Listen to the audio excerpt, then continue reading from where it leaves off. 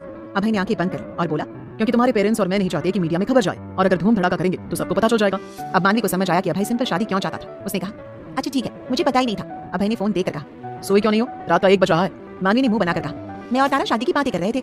अभय ने उसे good night कहकर सोने को कहा, क्योंकि वो नहीं चाहता था कि मानवी सुबह उठे और फिर डांट खाए। अगली सुबह वही हुआ। मानवी करीब 2 बजे सोई थी। सुबह 6 बजे उसकी माँ उसे उठाने लगी। नहाने के बाद पूजा करनी थी, फिर तैयार होना था और 11 बजे हल्दी का मुहूर्त था। चंद्रिका जी ने उसे 2 बार उठाया, लेकिन वो नहीं उठी। आखिर 8 बजे जाकर उठी और जल्दी से नहाने भाग गई, क्योंकि डांट तो मिल ही चुकी थी। मेकअप आर्टिस्ट ने मानवी को येलो कलर के लहंगे में बहुत खूबसूरती से तैयार किया था। पूजा के बाद मानवी हल्दी की रस्म में बैठ गई। एक एक करके सभी ने उसे हल्दी लगाई। सबने पूरी तैयारी के साथ रस्म निभाई। उधर अभय की हल्दी भी शुरू हो गई। उसके चेहरे पर कोई खास भाव नहीं थे। वो बस अपनी माँ की तरफ देख रहा था, जो आज बहुत खुश लग रही थी। उसे ये सब अच्छा नहीं लग रहा था, लेकिन अपनी माँ और मानवी के लिए वो सब कुछ करने को तैयार था। फाल्गुनी जी इमोशनल हो गई थी। उन्होंने बेटे के चेहरे पर हल्दी लगाते हुए कहा, मैं खुश हूँ तुम्हारे लिए, खुश हूँ कि तुम अपनी जिंदगी में आगे बढ़ रहे हो। उन्हें पता नहीं था कि उनका बेटा माफिया है, लेकिन उनके लिए सबसे बड़ी बात यही थी कि 9 साल बाद उनका बेटा पत्थर की तरह नहीं रहा। अब वो फिर से हंसने, बोलने और लोगों के बीच रहने लगा था। हल्दी की रस्म के बाद मानवी को उसके कमरे में ले जाया गया था। नहाने के बाद वो थककर लेट गई। उसे नींद आ रही थी, क्योंकि वो सुबह जल्दी उठ गई थी। लेकिन चंद्रिका जी ने उसे सोने नहीं दिया, क्योंकि थोड़ी देर में लंच का टाइम होने वाला था और मानवी ने सुबह से कुछ खाया भी नहीं था। उन्हें समझ नहीं आ रहा था कि आज मानवी इतनी भूख कैसे सह पा रही है। उधर अभय अपने कमरे में था। उसने शावर लिया और सोफे पर बैठ गया। उसने माइकल से पूछा, कुछ पता चला? माइकल ने सिर हिलाते हुए कहा, नहीं, पिछले 9 सालों से कोशिश कर रहे हैं। मैंने और भी लोग लगाए हैं। अगर कोई खबर मिलेगी तो बता दूंगा, लेकिन ये इतना आसान नहीं है। एक बात और, वो इंडिया लौट आया है। मुझे लगता है वो कुछ गड़बड़ करने वाला है। अभय के चेहरे पर हल्की सी डरावनी मुस्कान आ गई, जिससे माइकल को भी डर लगने लगा। अभय और वेदांत की दुश्मनी 9 साल पहले आराध्या की वजह से हुई थी। आराध्या हारून की जिंदगी थी। वेदांत की बहन निकिता हारून से प्यार करती थी, लेकिन जब उसे पता चला कि हारून उसे सिर्फ दोस्त मानता है, तो उसके मन में नफरत भर गई। निकिता ने आराध्या की जिंदगी बर्बाद कर दी। उसने हारून को धोखा दिया, अपनी सर्जरी करवाई और आराध्या जैसी बन गई। ये सब अभय की नजरों से छुपा नहीं रहा, इसलिए निकिता ने अभय को भी मारने की कोशिश की और इसी वजह से वेदांत अभय का दुश्मन बन गया। 9 साल बीत गए, लेकिन आराध्या का अब तक कोई पता नहीं था। अभय उसे अपनी बहन जैसा मानता था। माइकल के जाने के बाद अभय आंखें बंद करके बैठा रहा। उसकी आंखें गुस्से से लाल थी। वो सोच रहा था, निकिता ने आराध्या को ऐसी जगह भेज दिया जहाँ से वो कभी लौट नहीं सकती, जहाँ हर रात उसकी बोली लगती होगी। अभय को अफसोस था कि अगर वो उस वक्त माफिया होता तो अपनी बहन जैसी आराध्या की जिंदगी बर्बाद नहीं होने देता। इसी सोच में उसका फोन बजा। स्क्रीन पर वाईफाई लिखा था। मानवी का कॉल था। मानवी ने खुशी से पूछा, आपकी हल्दी कैसी हुई? मेरी तो बहुत अच्छी हुई, सबने मुझे बहुत सारी हल्दी लगाई। अभय बाहर से शांत था, लेकिन अंदर से उसे गुस्सा आ रहा था कि वो खुद मानवी को हल्दी नहीं लगा पाया। ये सब घर की रस्मों की वजह से था। अगर रस्में साथ होती तो वो भी एंजॉय कर पाता। मानवी अपनी बातें करती जा रही थी और अभय सुन रहा था। मानवी अकेली ऐसी लड़की थी जिसकी बकवास भी उसे अच्छी लगती थी। काफी देर बाद मानवी ने फोन रखा, क्योंकि वो रिश्तेदारों के साथ बिजी हो गई थी। तारा भी थोड़ी देर उसके पास बैठकर चली गई थी। घर में बाकी सब लोग शादी की तैयारियों में लगे थे। सजावट बदली जा रही थी। अब मेहंदी की तैयारी हो रही थी। पहले मेहंदी दोपहर में होनी थी, लेकिन अब रात को होगी। अगले दिन संगीत की रस्म रखी गई थी, क्योंकि मानवी ने बहुत जिद की थी। अभय ने मानवी की खुशी के लिए मान लिया था। मानवी को मेहंदी के लिए तैयार किया जा रहा था। वो बहुत एक्साइटेड थी। उसे पता ही नहीं था कि मेहंदी लगने के बाद कितने घंटे बैठना पड़ता है। उसे तो बस लगाने की खुशी थी। बाद में क्या होगा किसी को नहीं पता। चंद्रिका जी ने पहले उसे खाना खिला दिया, क्योंकि वे जानती थी कि मानवी भूखी बैठी तो पूरा घर सिर पर उठा लेगी। घर में बहुत खूबसूरत ग्रीन डेकोरेशन की गई थी। सब देखकर हैरान थे। सब कुछ परफेक्ट लग रहा था, जैसे किसी दूसरी ही दुनिया में हो। शादी की सारी रस्में बहुत अच्छे से हो रही थी। जब मानवी तैयार होकर सबके सामने आई तो सबकी नजरें उसी पर टिक गई। तरुण और चिराग भावुक हो गए। उनकी बहन की कल शादी थी और वो इतनी बड़ी हो गई थी उन्हें पता ही नहीं चला। चिराग ने उसे चढ़ाते हुए कहा, मिर्ची, अब तो तू जीजू को परेशान करेगी, पर अपने भाइयों को मत भूलना। मानवी इमोशनल होकर बोली, अगर वो मुझे परेशान करेंगी तो मैं आपको शिकायत कर दूंगी और दौड़कर आपके पास आ जाऊंगी। चिराग ने उसे गले लगा लिया। सबको इमोशनल होता देख चंद्रिका जी भी भावुक हो गई। तुषार ने मजाक करते हुए कहा, ठीक है, उसे रुलाओ मत, वरना उसका मेकअप खराब हो जाएगा। ये सुनकर मानवी अपने भाइयों को घूरने लगी और बोली, अगर मेरी फोटो अच्छी नहीं आई तो देख लेना। सब हंसने लगे। मानवी खुद डेकोरेशन देखकर बहुत खुश थी। ये सब अभय नहीं चुना था और उसकी टीम ने बिल्कुल वैसे ही सजावट की थी जैसी मानवी को पसंद थी। मानवी के चेहरे पर बड़ी सी मुस्कान थी, जिससे सबको बहुत सुकून मिल रहा था। उसे कुर्सियों पर बिठाया गया था। उसके आसपास सब लोग मौजूद थे। मेहंदी लगाने के लिए एक लड़की उसके पास बैठी थी, जो शायद बाहर से बुलाई गई थी, क्योंकि वो बेस्ट मेहंदी आर्टिस्ट थी। तारा और मानवी ने खूब सारी फोटो खिंचवाई और तारा ने सारी फोटो अभय को भेज दी। उसे पता था कि उसका भाई मानवी को मिस कर रहा होगा। फोटो देखकर अभय के चेहरे पर भी मुस्कान आ गई थी। तारा भी मानवी के पास बैठी थी। लड़के वालों की यहाँ मेहंदी की रस्म नहीं थी, इसलिए सारे लड़के वाले यहीं थे, सिवाय माइकल और अभय के। माइकल आराध्या को ढूंढने में लगा था और अभय अपने कमरे में बैठकर तारा द्वारा भेजी गई फोटो देख रहा था। हर एक पल की खबर उसे ग्रुप में मिल रही थी। हारून वीडियो बनाते हुए अपनी होने वाली भाभी को छेड़ रहा था। माहौल बहुत खुशियों भरा था। बच्चे गाने बजाने में लगे थे। कुछ लेडीज को बुलाया गया था जो कल्चरल प्रोग्राम कर रही थी और सब बहुत अच्छा परफॉर्म कर रही थी। इसी बीच अभय की रिश्तेदार कीर्ति, जो उसकी माँ के परिवार से थी, मानवी की तरफ देखकर बोली, ये तो बहुत छोटी है, इसे घर वालों ने इतनी जल्दी शादी के लिए हाँ कर दी। दिखने में तो सुंदर है और अमीर भी, लेकिन असल में कीर्ति खुद अभय को पसंद करती थी और चाहती थी कि उसे रायजादा परिवार की बहू बनाया जाए। जब अभय ने उसे कभी तवज्जो नहीं दी तो उसने हारून पर भी ध्यान देने की कोशिश की, लेकिन दोनों भाइयों ने उसे इग्नोर कर दिया। चिराग, जो वीडियो बना रहा था, उसने कीर्ति की बातें सुन ली। उसने उसे घूरते हुए कहा, क्या बकवास कर रही हो? तुम्हें पता भी है मेरी बहन क्या है? कीर्ति मुंह बनाकर बोली, ऐसा भी क्या खास है? 18 साल की लड़की की शादी 31 साल के लड़के से कर रहे हो, कुछ तो गड़बड़ होगी ना, तभी रायजादा हाउस के किंग को फंसा लिया। उसकी बातों पर सबका ध्यान चला गया। चंद्रिका जी को बहुत गुस्सा आया। फाल्गुनी जी उठकर कीर्ति के पास गई और बोली, कीर्ति, ये क्या कह रही हो? तुम यहाँ सिर्फ मेहमान हो, तुम्हें मेरी होने वाली बहू के बारे में ऐसी बातें करने का कोई हक नहीं है। कीर्ति मुस्कुराकर बोली, आंटी, अब ऐसा कैसे कह सकती हैं? मैं आपको बचपन से जानती हूँ। मैं आपके भाभी के भाई की बेटी हूँ। मैं भी अमीर घर से हूँ। आपने मुझे अपने बेटों के लिए नहीं चुना। मैं यहाँ सिर्फ देखने आई हूँ कि कौन सी लड़की है जिसने अभय को पटा लिया। भास्कर जी को बहुत गुस्सा आया। उन्होंने कीर्ति की माँ की तरफ देखकर कहा, अपनी बेटी को समझाओ, हमारे घर के मामलों में दखल देने की जरूरत नहीं है। कीर्ति नाराज होकर बोली, आप घर के बड़े हैं, लेकिन आपने इस लड़की को चुना जिसे रिश्तों की समझ तक नहीं है। मैं कल से यहाँ हूँ। इसने कोई ऐसा काम नहीं किया जिससे लगे कि ये बहुत अच्छी लड़की है। सुंदर होना काफी नहीं होता। कीर्ति ने मानवी को अच्छे से ऑब्जर्व किया था। उसे उसकी मासूमियत से लग गया था कि मानवी को चाय बनानी तक नहीं आती। क्या कीर्ति अभय और मानवी की शादी के बीच करने वाली है ड्रामा? क्या आराध्या का पता मिलेगा? रोमांस और सस्पेंस से भरी इस कहानी में खुलेंगे अतीत के गहरे राज। बस बने रहिए हमारे साथ और सुनते रहिए हिज सीक्रेट ऑब्सेशन। कीर्ति की बातें सुनकर सब लोग अचानक चुप हो गए थे। वो बिल्कुल सही कह रही थी। चंद्रिका जी को अपनी बेटी के लिए घबराहट हो रही थी। उन्हें पता था कि इसमें उनकी भी गलती है। उन्हें मानवी को ऐसी लड़की बनाना चाहिए था जो लोगों को जवाब दे सके, न कि डरपोक लड़की। मेहंदी की रस्म अभी शुरू भी नहीं हुई थी कि वहां तमाशा हो गया। तरुण गुस्से में बोला, मिस अपनी जुबान संभाल कर बात करो। सिंह परिवार की बेटी के बारे में बात कर रही हो। कीर्ति हंसते हुए बोली, भाई बहुत बकवास करते हो अपनी बहन के लिए, लेकिन मैं सच्ची कह रही हूँ। एक मुकाबला करा सकते हो इसमें और मुझ में? किस चीज की कमी है? मैं इसे हर चीज में बेहतर हूँ। इसकी तरह खूबसूरत हूँ, हर चीज में परफेक्ट हूँ। अमीर हूँ तो फिर रायज़ादा हाउस में इसकी क्या जगह है? भारती जी कीर्ति की माँ की तरफ देखकर बोली, अपनी बेटी की जुबान पर लगाम नहीं लगाई तुमने? तुम्हें यहाँ इसलिए नहीं बुलाया कि मेरे बेटे की शादी में आकर कोई बकवास करे। वो फाल्गुनी जी की तरफ देखकर बोली, ये है तुम्हारे मायके वाले जिन्हें बुलाने के लिए तुम इतनी खुश हो रही थी? फाल्गुनी जी का चेहरा पीला पड़ गया था क्योंकि सच में तमाशा बड़ा हो गया था। वहीं अभय को भी तमाशे की खबर मिल चुकी थी। उसे बहुत गुस्सा आ रहा था। वो नीचे आने के लिए उतर चुका था क्योंकि जो लाइव वीडियो हारून बना रहा था उसमें ये सब रिकॉर्ड हो चुका था। उसकी आवाज भी सुनाई दे रही थी। इससे पहले कोई कुछ और कहता, मानवी हंसते हुए बोली, अच्छा तो किचन में अगर चाय बनाना आता है तो आप बीवी बन सकते हो? सब लोग मानवी की तरफ देखने लगे जो खड़ी थी और उसके चेहरे पर बड़ी सी मुस्कुराहट थी। सब हैरान रह गए। तारा उसका हाथ पकड़ते हुए बोली, तो क्या कर रही है? बैठ जा। तारा के हाथ से अपना हाथ छुड़ाकर मानवी बोली, एक मिनट। वो कीर्ति के सामने आकर खड़ी हो गई। वो थोड़ी लंबी थी। उसे गोल्डन कलर का लहंगा पहना हुआ था। कल से कीर्ति मानवी को ऑब्जर्व कर रही थी और उसकी इंसल्ट करने का मौका ढूंढ रही थी जो अब मिल गया था। उसे लग रहा था कि तमाशा करने से लोगों के मन में मानवी की इज्जत कम हो जाएगी क्योंकि सबको पता चल चुका था कि इस लड़की को सच में कुछ नहीं आता। कीर्ति ने अपने रिश्तेदारों को मानवी के खिलाफ भड़का दिया था जो सही नहीं था। कीर्ति मुस्कुराकर बोली, अब तुम छोटी सी लड़की मुझे बताओ कि क्या सही है क्या नहीं। तुम खुद बताओ, कल को तुम शादी करके इस घर में आओगी, तुम्हारा पति तुमसे एक कप चाय मांगेगा तो क्या करोगी? एक पल के लिए मानवी चुप रही, फिर मुस्कुराकर बोली, घर में बहुत सारे नौकर हैं, मैं उनसे कह दूंगी। कीर्ति फिर मुस्कुराई और बोली, अच्छा मतलब नौकरों के सहारे अपने परिवार को पालने का तरीका है? तुम्हें खुद को कुछ अच्छा आता है? मानवी अपने नाखून देखते हुए बोली, मुझे कुछ सीखने की क्या जरूरत है? मैं अपने घर पर प्रिंसेस थी और ससुराल में भी प्रिंसेस ही रहूंगी। जो लोग चलते हैं उनका मैं क्या कर सकती हूँ? सब लोग हैरान थे मानवी का ये रूप देखकर, लेकिन इंद्राणी जी बहुत खुश थी। उन्होंने मानवी को कुछ बातें समझाई थी। यहाँ आने से पहले उन्होंने उसे बताया था कि अपने पति और ससुराल के लिए उसे स्टैंड लेना चाहिए। अगर कोई उसे नीचा दिखाए तो उसे पलट कर जवाब देना चाहिए। और अभय के लिए उसके अंदर जो फीलिंग्स है वो क्या है ये तो नहीं कहती, पर इतना समझा देती है कि अभय को इस बात से कोई फर्क नहीं पड़ता कि उसे क्या आता है या क्या नहीं। वो उसे बहुत मोहब्बत करता है। मानवी का जवाब देना तरुण और चिराग को तो खुशी दे गया। वे दोनों तो उछल पड़े, हमारी बहन सुधर गई है, अब अपने लिए स्टैंड ले रही है। फाल्गुनी जी हैरान थी। वो बोली, मानवी के मुंह में जुबान भी है? उन्होंने एक लंबी सांस लेकर कीर्ति की माँ की तरफ देखकर कहा, इसे ले जाइए वरना फिर क्या होगा मुझे नहीं पता। फाल्गुनी जी के भाई भाभी इस दुनिया में नहीं है। काफी साल पहले उनकी डेथ हो गई थी। उनका मायका नहीं था, लेकिन उनकी भाभी के भाई उनके साथ बहुत अच्छे थे। उनसे अभी तक रिश्ता रखा हुआ था, इसलिए उन्हें शादी पर बुलाया था। कीर्ति की माँ ने जबरदस्ती उसका हाथ पकड़कर उसे बाहर की तरफ ले जाना शुरू कर दिया। वो डर रही थी। ये कोई मामूली परिवार नहीं था। अगर ये लड़की चुप नहीं रही तो वे लोग यहाँ पर जिंदा भी नहीं रह सकते। भास्कर जी की आंखें गुस्से से लाल थी। हारून कीर्ति की तरफ देखकर बोला, तुम इस लायक नहीं हो कि हमारे घर की बहू बन सको। तुम्हें अब तक हमने बख्श रखा है क्योंकि मेरी माँ तुम्हारे परिवार के साथ रिश्ता रखती है। आज के बाद शायद वो रिश्ता भी ना रहे। और अगली बार मानवी के सामने बकवास मत करना। भाई का पता नहीं, पर मैं बिल्कुल बख्शूंगा नहीं। आज पहली बार हारून बहुत गुस्से में दिखाई दे रहा था। चंद्रिका जी खुश थी कि इस घर में हर कोई उनकी बेटी को प्रोटेक्ट कर रहा है। अब वो हौसले से पूरी जिंदगी ये सोच सकती है कि मानवी सेफ है और पूरा परिवार उसका ख्याल रखेगा। वहीं दूर खड़ा अभय ये सारा तमाशा देख रहा था। उसकी बीवी ने तो कमाल ही कर दिया था। उसे कुछ बोलने की जरूरत नहीं थी, पर वो कीर्ति को छोड़ने के मूड में बिल्कुल नहीं दिख रहा था। मेहंदी की रस्म को खराब करने में कोई कसर नहीं छोड़ी गई। मानवी का मुंह उतर गया था। उसने अपने पापा की तरफ देखा जो आगे आए और उसके सिर पर हाथ रखते हुए बोले, मुझे बहुत अच्छा लगा, मेरी बेटी बड़ी हो गई, चलो मेहंदी की रस्म करते हैं। मानवी ने उदास होकर कहा, क्या मैं अच्छी लड़की नहीं हूँ? मुझे तो एक कप चाय बनाना भी नहीं आता।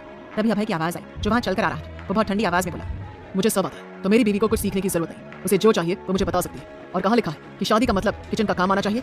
हर कोई उन दोनों को हैरानी से देख रहा था। भास्कर जी अपने पोते को छेड़ते हुए बोले, इससे तो बर्दाश्त ही नहीं हुआ अपनी बीवी से दूरी। देखो चलते हुए आ गया।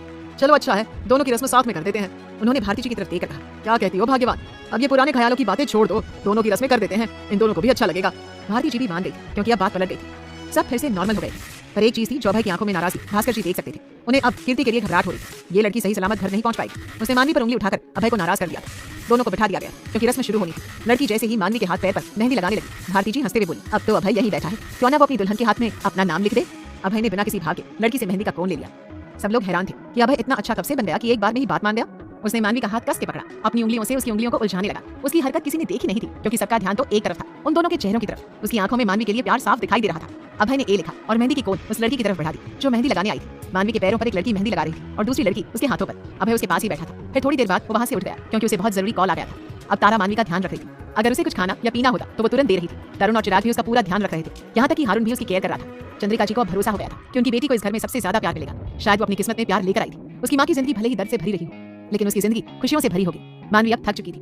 2 घंटे से भी ज्यादा वक्त हो गया था। उसकी शक्ल देखकर ही पता चल रहा था। उसने उदास होकर अपनी माँ की तरफ देखा। अब उसे बैठा भी नहीं जा रहा था। चंद्रिका जी ने मेहंदी लगा रही लड़की से कहा, उसे थोड़ा सांस लेने दो। लड़की हट गई। मेहंदी बहुत ज्यादा नहीं लगानी थी, बस ठीक ठाक ही लग रही थी। सब लोग जानते थे कि मानवी इतना सब कुछ हैंडल नहीं कर सकती। वहीं दूसरी तरफ कीर्ति के घर वाले परेशान हो चुके थे। वे लोग घर जाने के लिए निकले थे, लेकिन रास्ते में कुछ लोगों ने उनकी कार को घेर लिया। कार को बुरी तरह से तोड़ा और कीर्ति को घसीटते हुए वहां से ले गए। उन्हें समझ ही नहीं आया कि क्या हुआ।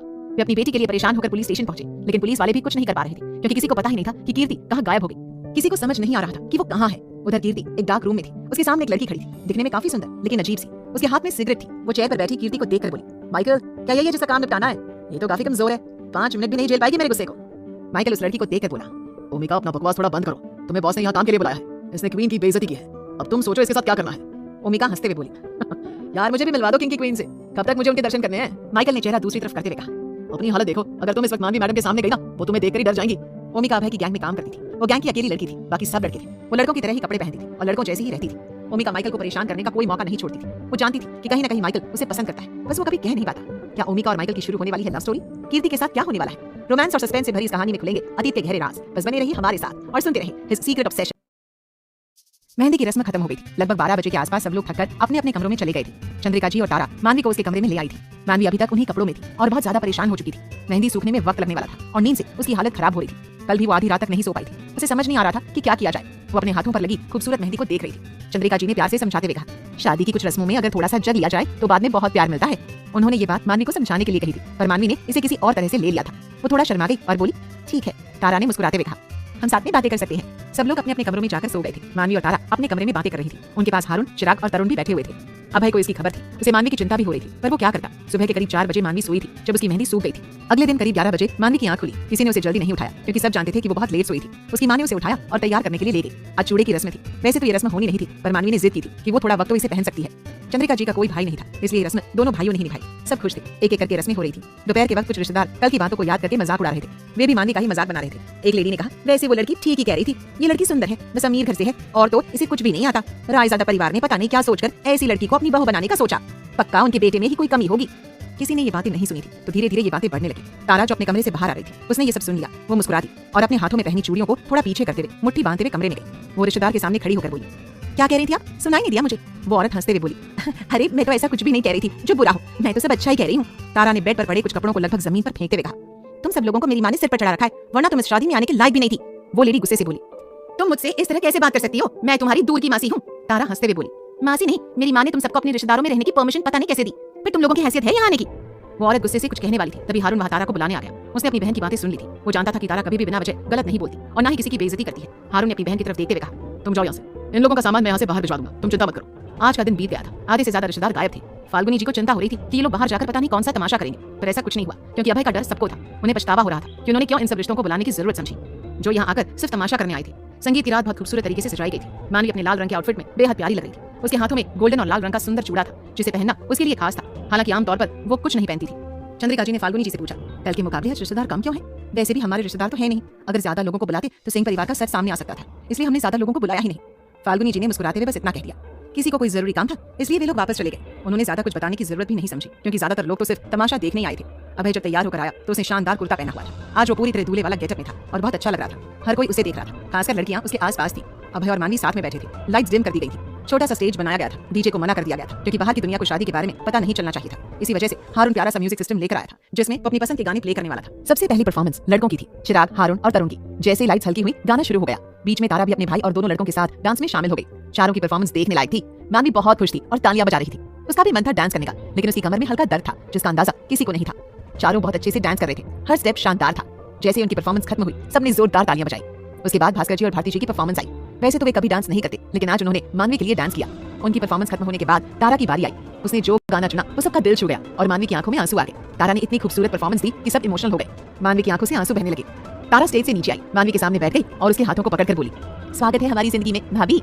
एक एक करके सबने परफॉर्मेंस किया। चंद्रिका जी और इंद्राणी जी सब देखकर खुश थी। पूरे रायजादा परिवार ने ग्रुप परफॉर्मेंस भी की थी। मानवी बहुत इमोशनल हो गई थी। उसकी आंखों में नमी थी। अभय को अपनी बहन पर अजीब सा गुस्सा आ रहा था कि उसने ऐसा गाना क्यों चुना। मानवी की आंखों में आंसू वो बर्दाश्त नहीं कर पा रहा था। पता नहीं क्यों वो अचानक उठकर वहां से चला गया। मानवी थोड़ी उदास हो गई थी क्योंकि अभय वहां से चला गया था। उसे लग रहा था कि अभय को उसकी फिक्र नहीं है। वो चुपचाप स्टेज की तरफ देख रही थी जहां अब लाइट्स बंद हो चुकी थी। अचानक एक लाइट फोकस हुई और उसके नीचे एक इंसान खड़ा था जो बहुत प्यार से मानवी को देख रहा था। ये देखकर मानवी हैरान रह गई। वो अभय था और आज कुछ अलग ही लग रहा था। उसके चेहरे पर हल्की सी मुस्कान थी जो सिर्फ मानवी के लिए थी। लाइट्स धीरे धीरे ऑन होने लगी। 2 मिनट तक अभय बस मुस्कुराता रहा। हर कोई हैरान था, सबसे ज्यादा फाल्गुनी जी और भास्कर जी। उन्हें लग रहा था जैसे वे 9 साल पहले वाले अभय को देख रहे हैं, वही जो खुलकर जिया करता था। जैसे ही गाना शुरू हुआ, सबकी नजरें मानवी पर टिक गई। वो भरी हुई आंखों से अभय को देख रही थी क्योंकि उसने तो कहा था कि वो कभी परफॉर्म नहीं करेगा, लेकिन मानवी ने उसके दिल में ऐसा जादू कर दिया था कि अब वो कुछ भी कर सकता था। अभय ने डांस शुरू किया। मानवी हैरानी से उसे देख रही थी। वो बहुत अच्छा डांस कर रहा था। अभय स्टेज से नीचे आया, मानवी का हाथ पकड़कर उसे गोद में उठा लिया और स्टेज पर ले गया। मानवी हैरान रह गई। ये सब बहुत जल्दी हुआ था। दोनों कपल डांस कर रहे थे। अभय ने उसकी कमर में हाथ डाले, उसे अपने पास किया और एक एक करके स्टेप कर रहा था। मानवी को डांस ज्यादा नहीं आता था, लेकिन वो अभय के साथ कोशिश कर रही थी। सबके चेहरे पर मुस्कान थी। धीरे धीरे लाइट्स फिर डिम होने लगी। किसी को समझ नहीं आया, सबको लगा ये भी डांस का हिस्सा है। अचानक लाइट्स पूरी तरह ऑफ हो गई और मानवी ने अपने होठों पर अभय के हाथ महसूस किए। वो एकदम से सन्न रह गई। गाना अभी भी बज रहा था। नीचे सब तालियां बजा रहे थे। किसी को दिखाई नहीं दे रहा था कि स्टेज पर क्या हो रहा है। मानवी अभय को दूर करने की कोशिश कर रही थी, लेकिन वो रुका नहीं। जैसे ही गाना खत्म हुआ, लाइट्स फिर से ऑन हो गई। अब स्टेज पर सिर्फ मानवी थी। उसके हाथ अपने होठों पर थे। अभय वहां नहीं था। वो शर्म से लाल हो गई थी। हालांकि किसी ने कुछ देखा नहीं था। इसके बाद सब लोग अपने अपने डांस में लग गए। करीब 12 बजे संगीत खत्म हुआ। भास्कर जी ने सबको सोने के लिए भेज दिया, क्योंकि अगले सुबह 11 बजे फेरों का मुहूर्त था और सबको 4 बजे उठना था। तारा और मानवी अपने कमरे में आ गई। मानवी ने उसके बाद अभय को नहीं देखा। सब जानते थे कि वो अलग रहता है और मानवी भी समझ रही थी कि वो खुद को कंट्रोल करने के लिए चला गया था। मानवी ने कपड़े बदले और बेड पर लेट गई। वो मुस्कुरा रही थी। तारा हंसते हुए बोली, ऐसा क्या कर दिया भाई ने जो तुम इतनी शर्मा रही हो और मुस्कुरा रही हो? अच्छा मुझे तो बताओ, मुझे बताओ तो सही। मानवी ने उसे घूरते हुए कहा, ऐसा कुछ भी नहीं है। तारा फिर हंसते हुए बोली, और कल के लिए एक्साइटेड हो? कल तुम भाई के साथ वो सब करने वाली हो। ये सुनकर मानवी और भी ज्यादा शर्मा गई, क्योंकि उसे पता था कि अभय अब रुकेगा नहीं। उसने करवट ली, क्योंकि शर्म से उसका हाल खराब था। उधर अभय अपने कमरे में पिछले 1 घंटे से पानी के नीचे खड़ा था। वो सोच रहा था कि ये लड़की उसे पागल कर देगी। उसने तय कर लिया था कि कल वो मानवी को अपनी बाहों में ले ही लेगा। अब वो सिर्फ अभय रायजादा की होगी। वहीं वेदांत अपने कमरे में गुस्से में था। उसे पता था कि मानवी और अभय की शादी हो रही है, लेकिन कहाँ हो रही है ये उसे पता नहीं चल पाया। मीडिया को भी कुछ नहीं पता था। वेदांत ने पूरी ताकत और पैसा लगा दिया था, लेकिन फिर भी उसे कोई जानकारी नहीं मिली थी। वो कमरे में तोड़ फोड़ कर रहा था। उसने सोच लिया था कि वो अभय को मानवी से इतनी दूर कर देगा कि वो कभी उसकी तरफ देख भी न सके। वेदांत को ये नहीं पता था कि अब मानवी और अभय एक दूसरे से मोहब्बत करने लगे हैं। क्या वेदांत अभय की शादी की लोकेशन पता कर पाएगा? क्या वेदांत अभय की शादी रोक पाएगा? रोमांस और सस्पेंस से भरी इस कहानी में खुलेंगे अतीत के गहरे राज। बस बने रहिए हमारे साथ और सुनते रहिए हिज सीक्रेट ऑब्सेशन। रात सबकी अपनी अपनी सोच में बीती। कोई शादी की तैयारी में था, कोई सुबह का इंतजार कर रहा था। सुबह 5 बजे के आसपास मानवी को उठाना शुरू कर दिया गया, लेकिन वो उठने का नाम ही नहीं ले रही थी। पिछले 3 दिनों से वो लगातार 2-3 घंटे ही सो पा रही थी और इसका असर अब दिखने वाला था। चंद्रिका जी परेशान थी। शादी के फंक्शन रात भर चलते रहे, इसलिए उसकी नींद पूरी नहीं हो पा रही थी। सुबह भी मानवी उठने को तैयार नहीं थी। चंद्रिका जी ने लंबी सांस ली, क्योंकि पार्लर वाली आ चुकी थी और मानवी को तैयार करने में 2 घंटे लगने वाले थे। तरुण हंसते हुए बोला, मैं तो हैरान हूँ, ये लोग कैसे उठा पाएंगे? सच में अभय पर तरस आ रहा है। उसे बहुत प्यार आ रहा है ना, तो ये उसके अच्छे से बैंड बजा देगी। अब चंद्रिका जी को भी चिंता हो रही थी। ये लड़की सच में तूफान है। पता नहीं कौन कौन से कांड करेगी। आखिरकार 2 घंटे बाद मानवी उठी। 5 मिनट करते करते उसने 7 बजा दिए थे। चंद्रिका जी जबरदस्ती उसे बाथरूम में ले गई ताकि वो नहाकर तैयार हो सके। 11 बजे फेरों का वक्त था और 9 बजे तक बाकी रस्में भी होनी थी। उधर बारात की पूरी तैयारी हो चुकी थी। सब लोग तैयार थे। अभय अपने कमरे में शानदार शेरवानी पहने तैयार था। हारून और माइकल उसके पास थे। हारून छेड़ते हुए बोला, भाई की तो आज पहचान ही नहीं हो रही। पहली बार बिना ब्लैक कपड़ों के देख रहा हूँ। अभय घूरते हुए बोला, अपनी बकवास बंद रखो। उसके अंदर की भावनाएं कोई नहीं समझ सकता था। 9 साल बाद उसे एहसास हुआ था कि वो एक इंसान है, उसका भी परिवार बन सकता है। वो बहुत खुश था, लेकिन एक डर उसे सता रहा था। अगर मानवी को उसका सच पता चल गया तो क्या होगा? मानवी की आंखों में आंसू वो बर्दाश्त नहीं कर सकता, तो उसे अपने पास कैसे रख पाएगा? मानवी उसकी जिंदगी थी। उसके बिना अब वो एक पल भी नहीं रह सकता था। लेकिन अगर वो जान गई कि अभय एक माफिया है तो क्या होगा? ये सोचकर उसकी रूह कांप जाती, लेकिन वो किसी से कह भी नहीं सकता था। वक्त बहुत तेजी से बीत रहा था। जब बारात निकली थी तो फाल्गुनी जी ने अभय की आरती की थी और उसे टीका लगाया था। आज वो सच में बहुत प्यारा लग रहा था। भारती जी ने उसकी नजर भी उतारी थी। सब बहुत खुश थे। अभय अपनी जिंदगी में आगे बढ़ने के लिए तैयार था। बारात निकल चुकी थी। एक छोटा सा राउंड लेकर वे लोग दूसरे हिस्से में पहुंचने वाले थे, जहाँ शादी हो रही थी। मंडप पहले ही सज चुका था। चंद्रिका जी मानवी की तरफ देख रही, जो इतनी प्यारी दुल्हन लग रही थी कि शायद उन्होंने इतनी खूबसूरत दुल्हन कभी नहीं देखी। उन्होंने 2 बार उसकी नजर उतारी थी। आज उनकी बेटी उनके घर से दूर चली जाएगी और मानवी की सुरक्षा को लेकर जो चिंता थी वो भी अभय के आने से दूर हो गई थी। अब एक चिंता और थी, नायरा के होश में लौटने की चिंता। बारात ढोल नगाड़ों के साथ पहुंची थी। वैसे तो वे लोग मीडिया को खबर देना नहीं चाहते थे, लेकिन मानवी की इच्छा पूरी करने के लिए सब कुछ करना पड़ा था। अभय की सिक्योरिटी हाई थी, इसलिए उसे कोई चिंता नहीं थी। माइकल ने सब कुछ पहले से ही सेट कर दिया था। चंद्रिका जी आरती की थाली लेकर आई थी। अभय की आरती हुई। अभय के चेहरे पर आज एक राजा की तरह नूर था। वो अलग ही लग रहा था। ऐसा दूल्हा शायद किसी ने देखा जिसके चेहरे पर इतना रुतबा और पावर हो।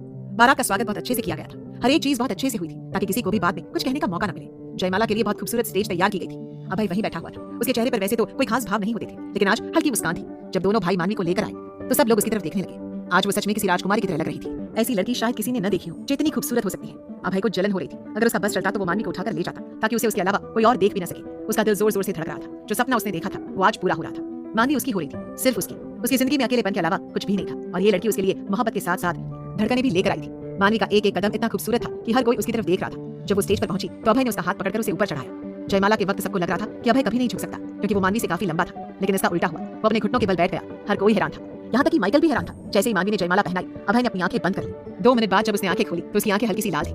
शायद कुछ था जो वो छुपा रहा था। वहाँ माइकल भी थोड़ा नर्वस लग रहा था। जरूर कोई गड़बड़ हुई थी जो वहाँ किसी को पता नहीं थी। लेकिन जब वो उठा तो बिल्कुल नॉर्मल लग रहा था। उसने भी बहुत प्यार से मानवी को जयमाला पहनाई और उसका हाथ पकड़कर पास में लगी कुर्सी पर बिठाया। एक एक करके घरवालों ने आकर फोटो खिंचवाई। वैसे तो अभय इन सब चीजों को करने के लिए तैयार नहीं था, लेकिन मानवी और अपनी माँ के लिए वो ये सब कर रहा था। सब कुछ अच्छे से हो गया था। पंडित जी ने फेरों के लिए 11 बजे का मुहूर्त निकाला था, इसलिए थोड़ी देर पहले ही अभय को वहाँ बिठा दिया गया था। पंडित जी बेचारे डरते हुए बैठे थे, क्योंकि उनकी एक छोटी सी गलती उनकी मौत का कारण बन सकती थी। अभय की आंखें इतनी खतरनाक थी कि सबकी हालत खराब हो जाती थी। बाद में मानवी को भी वहाँ ले जाया गया और अभय के पास बिठा दिया गया। मानवी थोड़ी इमोशनल थी, क्योंकि धीरे धीरे उसे समझ आ रहा था कि अब उसे अपने घर से दूर जाना होगा, अपने माँ बाप, भाई और दादी से। अभय ने उसके हाथों को कसकर पकड़ लिया था। ऐसा लग रहा था जैसे वो उसे समझा रहा हो कि वो हमेशा उसके साथ है। पंडित जी ने कहा कि फेरों के लिए खड़े हो जाएं। पहले मानवी फेरों में आगे थी। जैसे जैसे पंडित जी कह रहे थे वो वैसे वैसे करती जा रही थी। उसके बाद अभय आया। उसने 7 वचन दिए जो सबको हैरान कर गए। अभय ने मानवी का हाथ पकड़े हुए कहा, मैं तुम्हें वचन देता हूँ कि इस पूरी दुनिया में सिर्फ तुमसे प्यार करूंगा। मेरी जिंदगी में तुम्हारे अलावा कोई नहीं आ सकता। मेरी जिंदगी की हर चीज के लिए मैं तुम्हें सबसे ऊपर रखूंगा। मैं तुम्हारी बात खुद के बारे में सोचूंगा। मैं तुम्हें खुद से दूर जाने की अनुमति कभी नहीं दूंगा। तुम सिर्फ मेरी बनकर रहोगी और मुझसे दूर जाने की कभी सोचोगी नहीं। जितना प्यार मैं तुमसे करता हूँ उतना ही तुम्हें मुझसे करना होगा। मेरे अलावा तुम किसी की तरफ नहीं देख सकती। जब तुम्हें लगे कि तुम मुझसे नफरत करती हो तब भी तुम मुझसे प्यार करोगी। तुम मुझे छोड़कर नहीं जा सकती। तुम्हें पूरी जिंदगी मेरी बाहों में रहना है। इस पूरी दुनिया में सिर्फ मैं ही वो इंसान हूँ जिसे तुम प्यार कर सकती हो। अब से तुम्हारी भावनाओं और मोहब्बत पर सिर्फ मेरा हक है। सुबह जब मैं आंखें खोलूं तो अपनी बीवी को अपनी बाहों में हमेशा महसूस करूं। वचन देता हूं कि उसे कभी खुद से दूर नहीं जाने दूंगा। अपनी बीवी के लिए मैं पूरी दुनिया से लड़ सकता हूं। अगर किसी को इस दुनिया से बाहर भेजना पड़े तो मैं वो भी करूंगा। ये सब वहां खड़े हर इंसान को डराने के लिए था। मानवी खुद हैरान थी। अभय की बातें सुनकर वो डर रही थी। ये कैसे वचन थे? पंडित जी बेचारे भी हैरान थे। वे सोच रहे थे कि वे क्या कर सकते थे। भास्कर जी के चेहरे पर अजीब से एक्सप्रेशंस थे। उन्होंने सोचा, अगर इस लड़की को पता चला कि वो माफिया है तो वो इसे अपने पास भटकने भी नहीं देगी। और फिर अभय क्या तूफान लेकर आएगा इसका अंदाजा किसी को नहीं था। 7 फेरे पूरे हो चुके थे। अभय ने मानवी की मांग में सिंदूर लगाया और उसे मंगलसूत्र पहना दिया।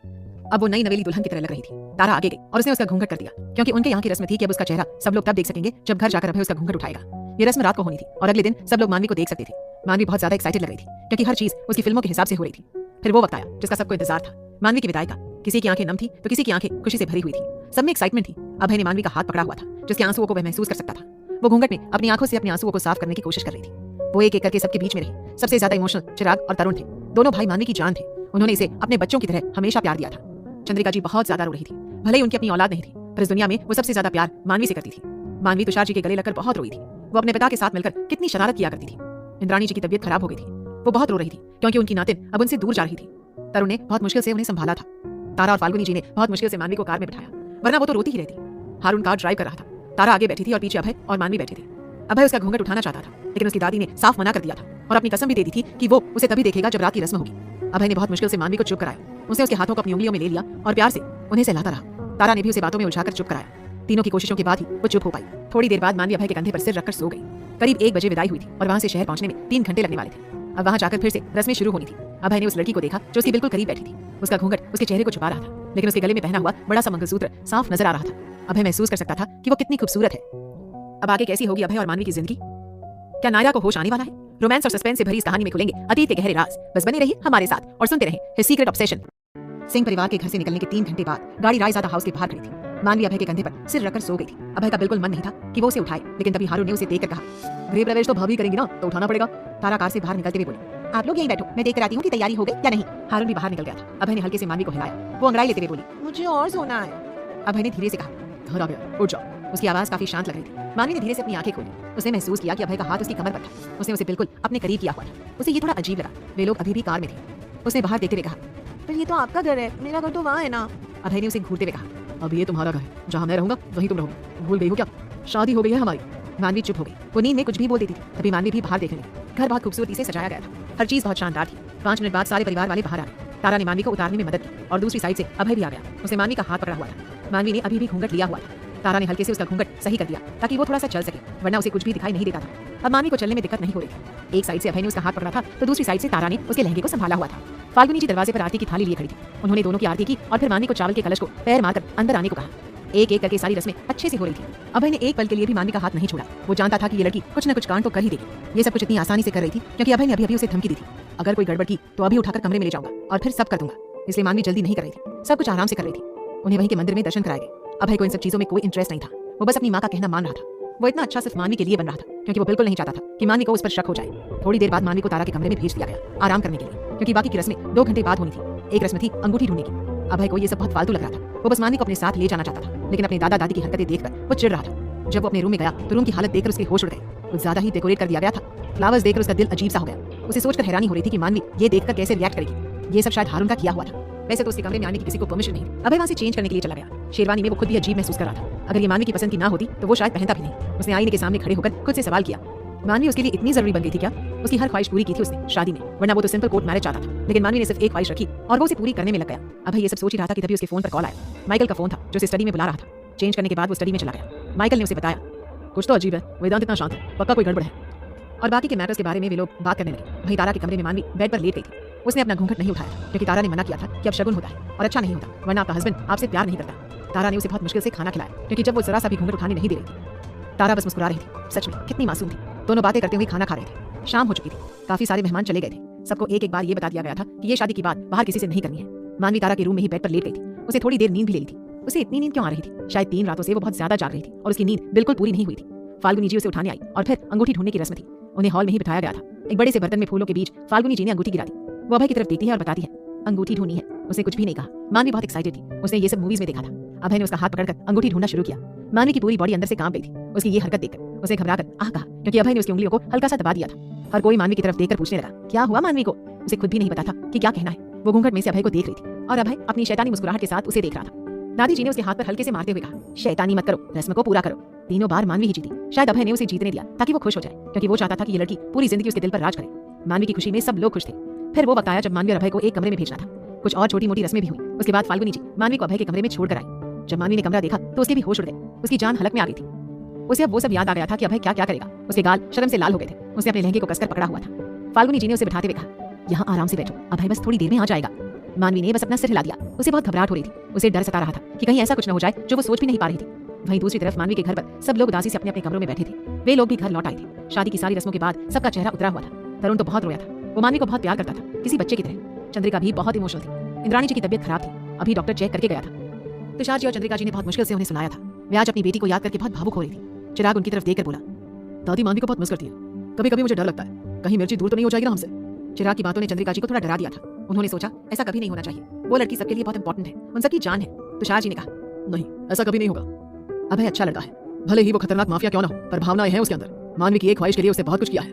वहीं तरुण अपने कमरे में था। वो तारा से वीडियो कॉल पर बात करते हुए इमोशनल हो रहा था और बार बार कह रहा था, मानवी का ख्याल रखना। तारा ने मुस्कुराकर कहा, मैं उसे बहुत संभाल कर रखूंगी और उसका भाई तो उसके लिए कितना पॉसेसिव है, सबको पता है। तारा की बातों से तरुण को थोड़ी शांति मिल गई थी। अब शायद वो आराम से सो पाएगा। उसे अपनी बहन की चिंता करने की जरूरत नहीं थी। इसी बीच दिल्ली के एयरपोर्ट पर गाड़ियों का एक काफिला सड़क पर चल रहा था। उसमें अद्विक भी बैठा हुआ था। वो एक बूढ़े आदमी को लेने एयरपोर्ट आया था, जो पूरे 19 साल बाद इंडिया लौट रहा था। माफिया की दुनिया में ये खबर तेजी से फैल गई थी कि मलिक लौटकर इंडिया आ गया है। ये बात सबको डरा रही थी, क्योंकि मलिक का लौटना मतलब फिर से बहुत सारी लड़ाइयों की शुरुआत होना तय था। ड्रैगन ग्रुप का लीडर मलिक अब वापस आ गया था और ये कोई छोटी बात नहीं थी। उसका इंडिया से गहरा नाता था, लेकिन एक वक्त के बाद वो अचानक गायब हो गया था। उसने माफिया से भी अपनी पकड़ छोड़ दी थी, लेकिन अब उसके लौटने के बाद सबको लग रहा था कि बहुत कुछ बदलने वाला है। किंग के साथ उसकी लड़ाई अब सीधी होगी और आगे क्या क्या होगा किसी को नहीं पता था।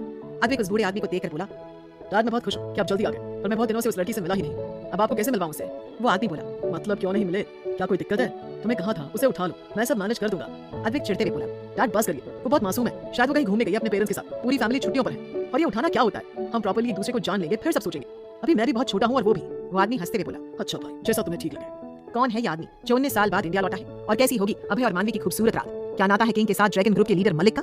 रोमांस और सस्पेंस से भरी इस कहानी में खुलेंगे अतीत के गहरे राज। बस बने रहिए हमारे साथ और सुनते रहिए हिज सीक्रेट ऑब्सेशन। मानवी उस कमरे में डरी हुई बैठी थी। वो बड़ा सा कमरा उसे और भी ज्यादा डरावना लग रहा था, लेकिन जितना डर था उतना ही वो कमरा खूबसूरत भी लग रहा था। पूरा कमरा फूलों से सजा हुआ था। प्यारी सी डेकोरेशन थी। कैंडल्स की रोशनी में सब कुछ बहुत प्रिटी लग रहा था। मानवी को इस सब में थोड़ी खुशी भी मिल रही थी, लेकिन उसे डर इस बात का था कि अब आगे क्या होने वाला है। वो इन्हीं ख्यालों में थी कि तभी कमरे का दरवाजा खुला। उसने देखा तो अभय था। उसने जल्दी से खुद को ठीक किया। उसका बड़ा सा घूंघट अब भी दोनों के बीच था। अभय ने सिंपल कपड़े पहने हुए थे। उसने दरवाजा बंद किया और धीरे धीरे कमरे के अंदर आया। उसकी आंखों में मानवी को पाने की चाहत थी और साथ ही गुस्सा भी, क्योंकि उसे पता चल गया था कि मलिक आ चुका है। आज उसकी जिंदगी की सबसे खूबसूरत रात थी और बाहर सब उसकी रात खराब करने को तैयार थे।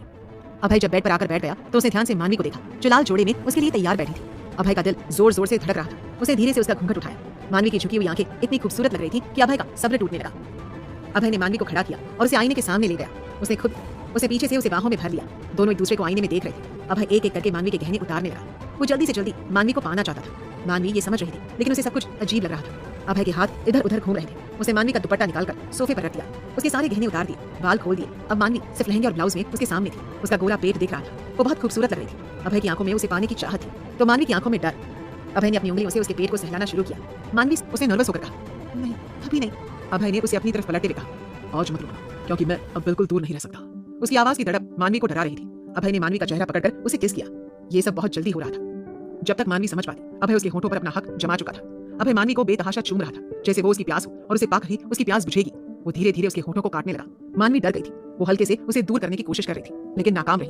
अभय आज उसे छोड़ने के मूड में नहीं था। उसके हाथ मानवी की पीठ पर थे, जो उसके ब्लाउज की डोरी खोल रही थी। मानवी अंदर तक घबरा गई। उसने अभय की शर्ट कसकर पकड़ ली। फिर वो पल आया जिसके लिए मानवी शायद बिल्कुल तैयार नहीं थी। अभय ने मानवी के ब्लाउज को लगभग खींच लिया था। वो उसे देखकर दीवाना हो गया। वो लाल रंग की इनरवेयर में और भी ज्यादा खूबसूरत लग रही थी। अभय ने उसे उठाकर बेड पर लेटाया। उसने अपनी शर्ट उतारकर नीचे फेंक दी। मानवी डरते हुए लंबी लंबी सांसें ले रही थी। उसे अजीब सा महसूस हो रहा था, जैसा उसने पहले कभी महसूस नहीं किया था। अभय ने हल्के से उसके कान पर दांत कड़ाते हुए कहा, I need you, I really need you, please. उसकी आवाज इतनी सेडक्टिव थी कि मानवी की सांसें रुकने लगी। अभय कभी उसके कंधे पर अपने होंठ रखता तो कभी उसके पेट पर। मानवी बेसुध सी आवाजें निकालने लगी थी। इससे पहले कि अभय कुछ और करता उसका फोन बजने लगा। ये बहुत बुरा था। एक बार फोन बजा, फिर कट गया और दोबारा बजने लगा। अभय की आंखें एकदम लाल हो गई क्योंकि वो सिर्फ मानवी के साथ वक्त बिताना चाहता था। उसने माइकल को साफ कह दिया था कि अब उसे कोई फोन न करे। दोनों को समझ नहीं आया कि क्या हो रहा है। मानवी की आंखें शर्म से झुकी हुई थी। अभय उसके ऊपर से उठा, उसे ब्लैंकेट से कवर किया और जाकर फोन देखा। सामने माइकल था। अभय की आंखें और ठंडी हो गई। ऐसा क्या हो गया था कि माइकल ने उसे इस वक्त डिस्टर्ब किया? अभय ने अभी हेलो भी नहीं कहा था कि माइकल ने डरते हुए कहा, निकिता गायब है, हमारे 3 गार्ड्स मारे जा चुके हैं, अभी सिक्योरिटी का फोन आया है, क्या करना है? अभय की पकड़ फोन पर कस गई। उसकी आंखें बिल्कुल लाल हो गई जैसे कोई हैवान हो। उसने अपनी आवाज को और ठंडा करते हुए कहा, मैं आ रहा हूं। मानवी जो बेड पर लेटी थी उसे कुछ भी समझ नहीं आया, ना ही कुछ सुनाई दिया, लेकिन अभय की आवाज कितनी ठंडी थी वो महसूस कर सकती थी। अभय ने फोन अपनी पॉकेट में डाला, अपनी शर्ट उठाकर पहनी और मानवी के पास आया। उसने उसके माथे को किस करते हुए कहा, मैं बस थोड़ी देर में आ रहा हूं, बहुत जरूरी काम आ गया है, तब तक मेरा इंतजार करना, कोई हरकत या शरारत मत करना। मानवी ने जल्दी से उसका हाथ पकड़ते हुए कहा, आप कहाँ जा रहे हैं? मुझे अकेले डर लगेगा यहाँ, जाइए। अभय ने उसके माथे को फिर से किस किया और धीरे से कहा, मैं बस थोड़ी देर में आ जाऊंगा, तब तक मेरा इंतजार करना। वो बहुत जल्दी में था इसलिए निकल गया। मानवी का चेहरा बिल्कुल उतर गया था क्योंकि उसे याद आ रहा था कि वो और अभय किस हाल में थे। वो उस बड़े से कमरे को देख रही थी जो कितना खूबसूरत था। उसे ब्लैंकेट उठाकर खुद को देखा तो उसे फिर से शर्म आ गई। वो उठी और अपना ब्लाउज जो जमीन पर पड़ा था उसे उठा लिया और पहन लिया। काफी देर तक वो कमरे में इधर उधर घूमती रही लेकिन अभय अब तक नहीं आया था। आधा घंटा से ज्यादा हो गया था। अब तो मानवी को नींद भी आने लगी थी। वहाँ पड़ा दूध का ग्लास उसने उठाया और चुपचाप पी लिया। उसे फिर से भूख लगने लगी थी लेकिन वहाँ खाने के लिए स्नैक्स भी नहीं थे। उसे सोचा भी नहीं था कि यहाँ दूध क्यों रखा गया है। थोड़ी देर इधर उधर टहलने के बाद वो फिर से आकर बेड पर लेट गई। उसे लाइट्स ऑन रखी थी क्योंकि अंधेरे में उसे नींद नहीं आती थी। 3-4 बार उसने उबासी ली और फिर धीरे धीरे नींद के आगोश में चली। वहीं दूसरी तरफ खंडर जैसी जगह पर अभय गुस्से में अपने गार्ड्स की तरफ देख रहा था। अभय ने गुस्से से कहा, ये काम तुम लोगों से हैंडल नहीं होता, एक लड़की को भी नहीं संभाल पाए। गार्ड्स डरते हुए बोले, हमारी शिफ्ट खत्म हुई थी, हम निकले ही थे, 5 मिनट बाद ही इन लोगों पर हमला हो गया। मुझे फोन आया, मैं जल्दी से वापस आया और यहाँ की हालत देखकर मैंने माइकल सर को फोन किया। हमें नहीं पता ये किसने किया पर वे लोग बहुत ज्यादा थे। गार्ड्स ने बताया, फुटेज भी गायब है, हम पता नहीं कर पा रहे हैं। अभय की आंखें बिल्कुल लाल हो गई। निकिता इकलौती ऐसी चाबी थी जो आराध्या तक पहुंचा सके। अब वे लोग आराध्या तक कभी नहीं पहुंच पाएंगे क्योंकि कोई नहीं जानता था कि वो कहाँ गई या उसे कहाँ भेजा गया।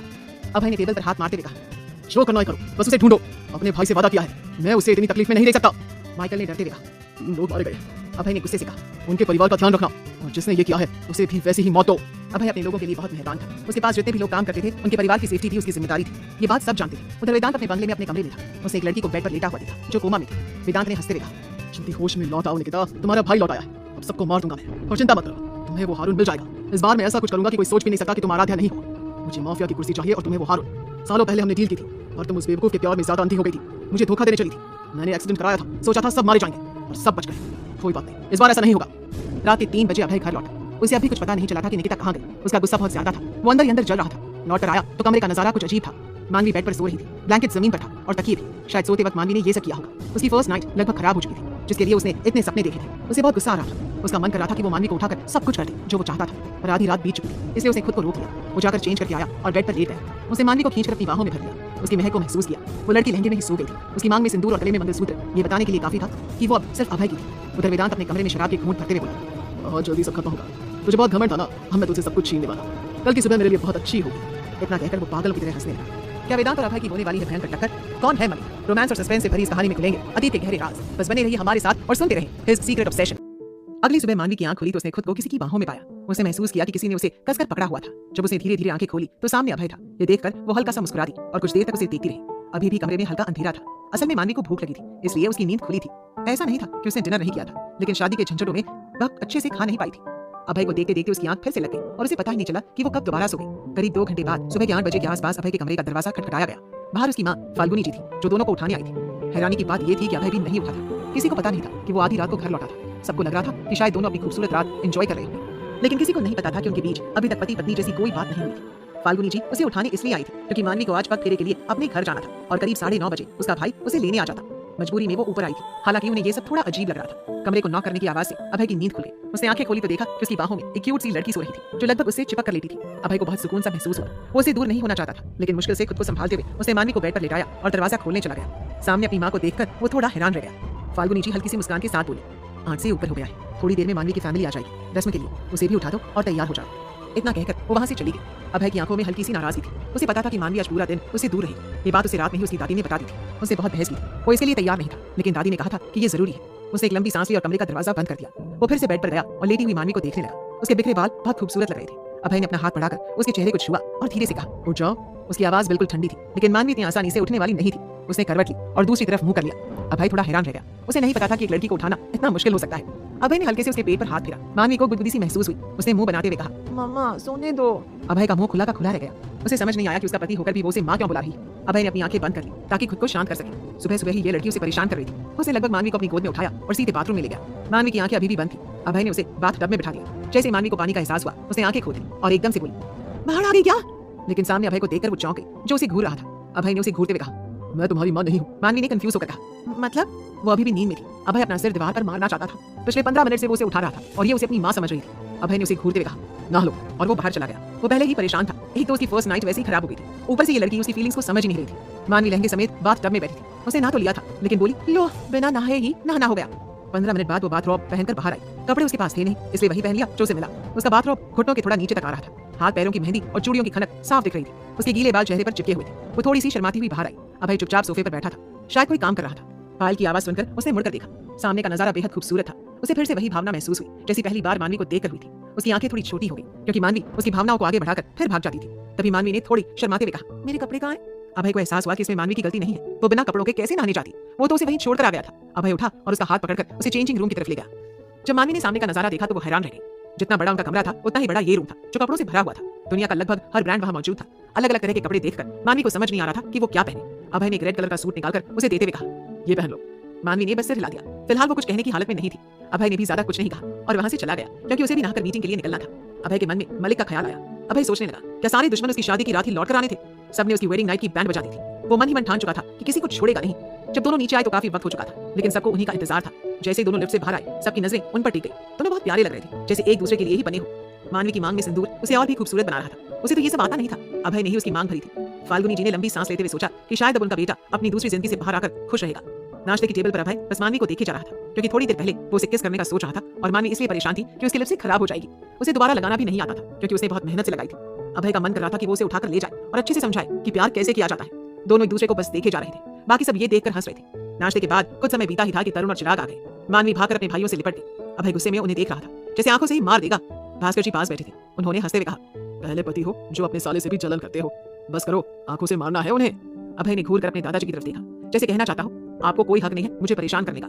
दादाजी उसके मजे ले रहे थे। अभय ने कुछ नहीं कहा। वो उठा और वहां से चला गया। सबको पता था कि उसका नेचर कैसा है। थोड़ी देर बाद मानवी अपने भाइयों के साथ अपने घर चली गई। उसे पता ही नहीं था कि अभय नाराज हो चुका था और अभी बहुत कुछ होना बाकी था। रास्ते भर वो अपने भाइयों को बता रही थी कि उसके कमरे में कोई स्नैक्स नहीं है, खाने को कुछ नहीं है। अभय की ढेर सारी शिकायतें कर रही थी कि उसे सुबह भूख लगी थी, किसी ने पूछा ही नहीं। तरुण और चिराग बस सिर हिलाते रहे। ये लड़की अपने पूरे ससुराल वालों की बेइज्जती कर रही थी, लेकिन असल में वो बस कह रही थी कि उनके घर में कोई स्नैक्स नहीं रखते, क्योंकि वहाँ कोई खाता ही नहीं है। चिराग ने वादा किया, जब भी तुम्हारे घर आऊंगा कम से कम 100 पैकेट स्नैक्स लेकर आऊंगा। मानवी खुश हो गई। घर पहुंचकर वो सीधा अपनी दादी से लिपट गई, क्योंकि उसने बहुत कुछ मिस किया था, खासकर अपनी माँ और दादी की चुगलियां।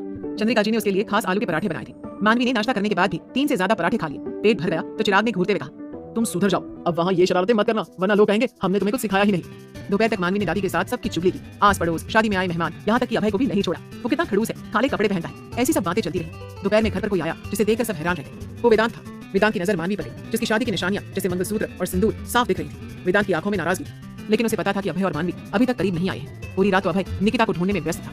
ये सब कुछ वेदांत ने जानबूझकर किया था। निकिता का पता उसे 2 दिन पहले ही चल गया था, लेकिन उसने चाहा कि शादी किसी भी हालत में ना रुके, पर वो दोनों को करीब भी नहीं आने देगा। इसलिए उसी दिन निकिता को वहां से निकलवा दिया।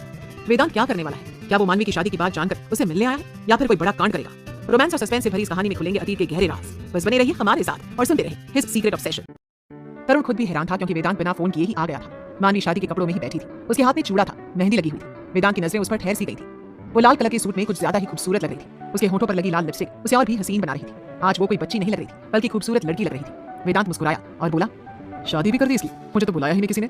वेदांत बहुत नॉर्मल लग रहा था। ऐसा लग ही नहीं रहा था कि उसकी आंखों में कोई नाराजगी या गुस्सा है। तरुण ने हल्के से खांसते हुए कहा, नहीं ऐसी बात नहीं है, बस बहुत जल्दी में सब हुआ। तुम अचानक से यहाँ आ गए? वेदांत ने कार्ड निकालते हुए कहा, हाँ बस कुछ दिनों बाद मेरे घर पर एक पार्टी रखी है, मैं यहाँ शिफ्ट कर गया हूँ ना, उसी का इन्विटेशन देने आया था। लगता है तुम्हें अच्छा नहीं लगा कि मैं बिना बताए आ गया। तरुण ने मुस्कुराकर कहा, हाँ नहीं ऐसी बात नहीं है। अब वो क्या ही कहता कि अच्छा नहीं लगा। चिराग वहां से उठकर चला गया, क्योंकि उसे फोन आ गया था। तुषार जी और चंद्रिका जी तो पहले ही बाजार गए हुए थे। मानवी के साथ जो गिफ्ट जाने थे वो लेने के लिए मानवी अपने कमरे में चली गई थी। वो बहुत ज्यादा खा चुकी थी, तो उसे नींद भी आ रही थी। दूसरी तरफ इंद्राणी जी अपने कमरे में चली गई थी। उन्हें आराम की जरूरत थी, क्योंकि कल उनकी तबीयत बहुत खराब हुई थी। तरुण को तारा का फोन आ गया था, इसलिए वो वेदांत को 5 मिनट बोलकर साइड में चला गया। वेदांत वहाँ अकेला ही बैठा था। पहले तो वो अपने फोन में देख रहा था, जैसे उसे कोई दिक्कत नहीं, लेकिन तरुण के साइड होते ही वो भी उठा और मानवी के कमरे की तरफ चला गया, जो सीढ़ियों से बिल्कुल लेफ्ट साइड में था, जिस पर उसने नजर रखी हुई थी। मानवी जो अभी ऊपर आई थी, फ्रेश होकर बाथरूम से बाहर आई और अपना चेहरा साफ कर रही थी, क्योंकि उसे बहुत अजीब सा लग रहा था ज्यादा खाने के कारण। लेकिन एकदम से उसने अपने कमरे में किसी को महसूस किया। वो थोड़ा डर गई। सामने वेदांत खड़ा था, जो जुनून और पागलपन से मानवी को देख रहा था। मानवी ने घबराकर कहा, आप यहाँ क्या कर रहे हैं? ये भाई का रूम नहीं है, वो राइट साइड वाला है। वेदांत मुस्कुराया और बोला, हाँ मुझे पता है कि ये तुम्हारा कमरा है, तुमने शादी की है, अभय रायजादा से है ना? मानवी हैरान होकर बोली, आपको कैसे पता? उनकी शादी के बारे में किसी को नहीं पता था, बताया ही नहीं गया था। वेदांत जोर से हंसते हुए बोला, छोटी बच्ची, मुझे सब पता होता है। तुम्हें पता है तुमने जिस इंसान से शादी की है उसका सच क्या है? मानवी ने डरते हुए कहा, आप जाओ यहाँ से, मैं भाई को बुला दूंगी वरना। वेदांत मुस्कुराया और बोला, भाई को? उसी भाई को जिसने तुम्हें झूठ बोलकर तुम्हारी शादी कराई? मानवी ने हैरान होकर कहा, क्या बक रहे हैं आप, जाओ यहाँ से। वेदांत बस मुस्कुराए जा रहा था। उसने हंसते हुए कहा, सबने तुमसे झूठ बोला, तुम्हारी मासूमियत का फायदा उठाया है। तुम्हें विश्वास नहीं है ना मुझ पर? मैं एक चीज दिखाता हूँ, पहले वो देखो, फिर कहना कि मैं झूठ बोल रहा हूँ। मानवी डरते हुए बोली, मैं चिल्लाऊंगी, जाओ यहाँ से। उसे डर लग रहा था क्योंकि वेदांत की आंखें डरावनी थी। वो उसे हैवानियत से देख रहा था। वेदांत ने अपने फोन में कुछ प्ले किया। सामने से अभय की आवाज थी जो काफी डरावनी थी। एकदम से मानवी सुन सी पड़ गई। उसने गुस्से से कहा, ये क्या है, जाओ यहाँ से। वेदांत ने फोन उसके सामने किया। सामने का नजारा कुछ ऐसा था। अभय ने ब्लैक कपड़े पहने हुए थे, हाथों में हथियार था और वो सामने खड़े लोगों को मार रहा था। वो भी इतनी बुरी तरह से कि कोई सोच भी नहीं सकता। उसका पूरा चेहरा खून से भरा हुआ था। उसके कपड़े खून से सने हुए थे। वो मुस्कुरा रहा था जिसकी मुस्कुराहट इतनी डरावनी थी कि कोई सोच भी नहीं सकता। उसकी भारी सी आवाज सुनाई दे रही थी। मानवी की तो हालत खराब हो गई थी। उसने रोते हुए कहा, ये झूठ है ना, ये गलत है, ये हो ही नहीं सकता। वेदांत मुस्कुराया और बोला, तुम्हें क्या लगता है तुमने किससे शादी की है, एक माफिया से या एक बिजनेसमैन से? मानवी डरते हुए खड़ी थी क्योंकि सामने जो देखा था वो बहुत डरावना था। अभय ने कितने लोगों को मारा था, वो खून से भरा हुआ था और मुस्कुरा रहा था। वेदांत मुस्कुराते हुए बोला, मैं तुम्हारा वेल विशर हूं, इसलिए तुम्हें सच बता रहा हूं। तुम्हारे भाई, तुम्हारे माँ बाप सब ने तुमसे झूठ बोला। उन्होंने तुम्हारी शादी एक माफिया से कराई, एक गुंडे और मवाली से जो लोगों का खून करता है। पता नहीं कितने लोगों को मार चुका है। तुम खुद सोचो वो इतना डरावना क्यों है? जब तुम पहली बार उससे मिली थी तो वो किस हालत में मिला था तुम्हें? मानवी को याद आ गया, कोई उस पर हमला कर रहा था और वो हमला वेदांत ने ही कराया था। वेदांत ने हर चीज बता दी थी। मानवी और अभय की पहली मुलाकात कब हुई थी, जैसी छोटी से छोटी चीज। मानवी की आंखों में आंसू थे। उसका दिल बैठा जा रहा था। एक माफिया से शादी की थी उसने रोते हुए कहा, नहीं अभय ऐसा नहीं है।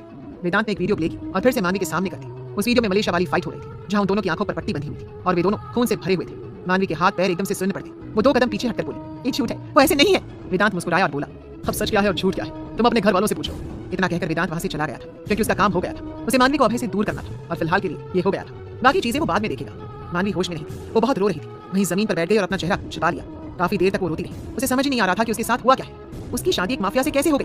वो तो एक कॉकरोच तक नहीं मार सकती थी, इतनी डरपोक थी, तो एक माफिया के साथ कैसे अपनी जिंदगी काटेगी?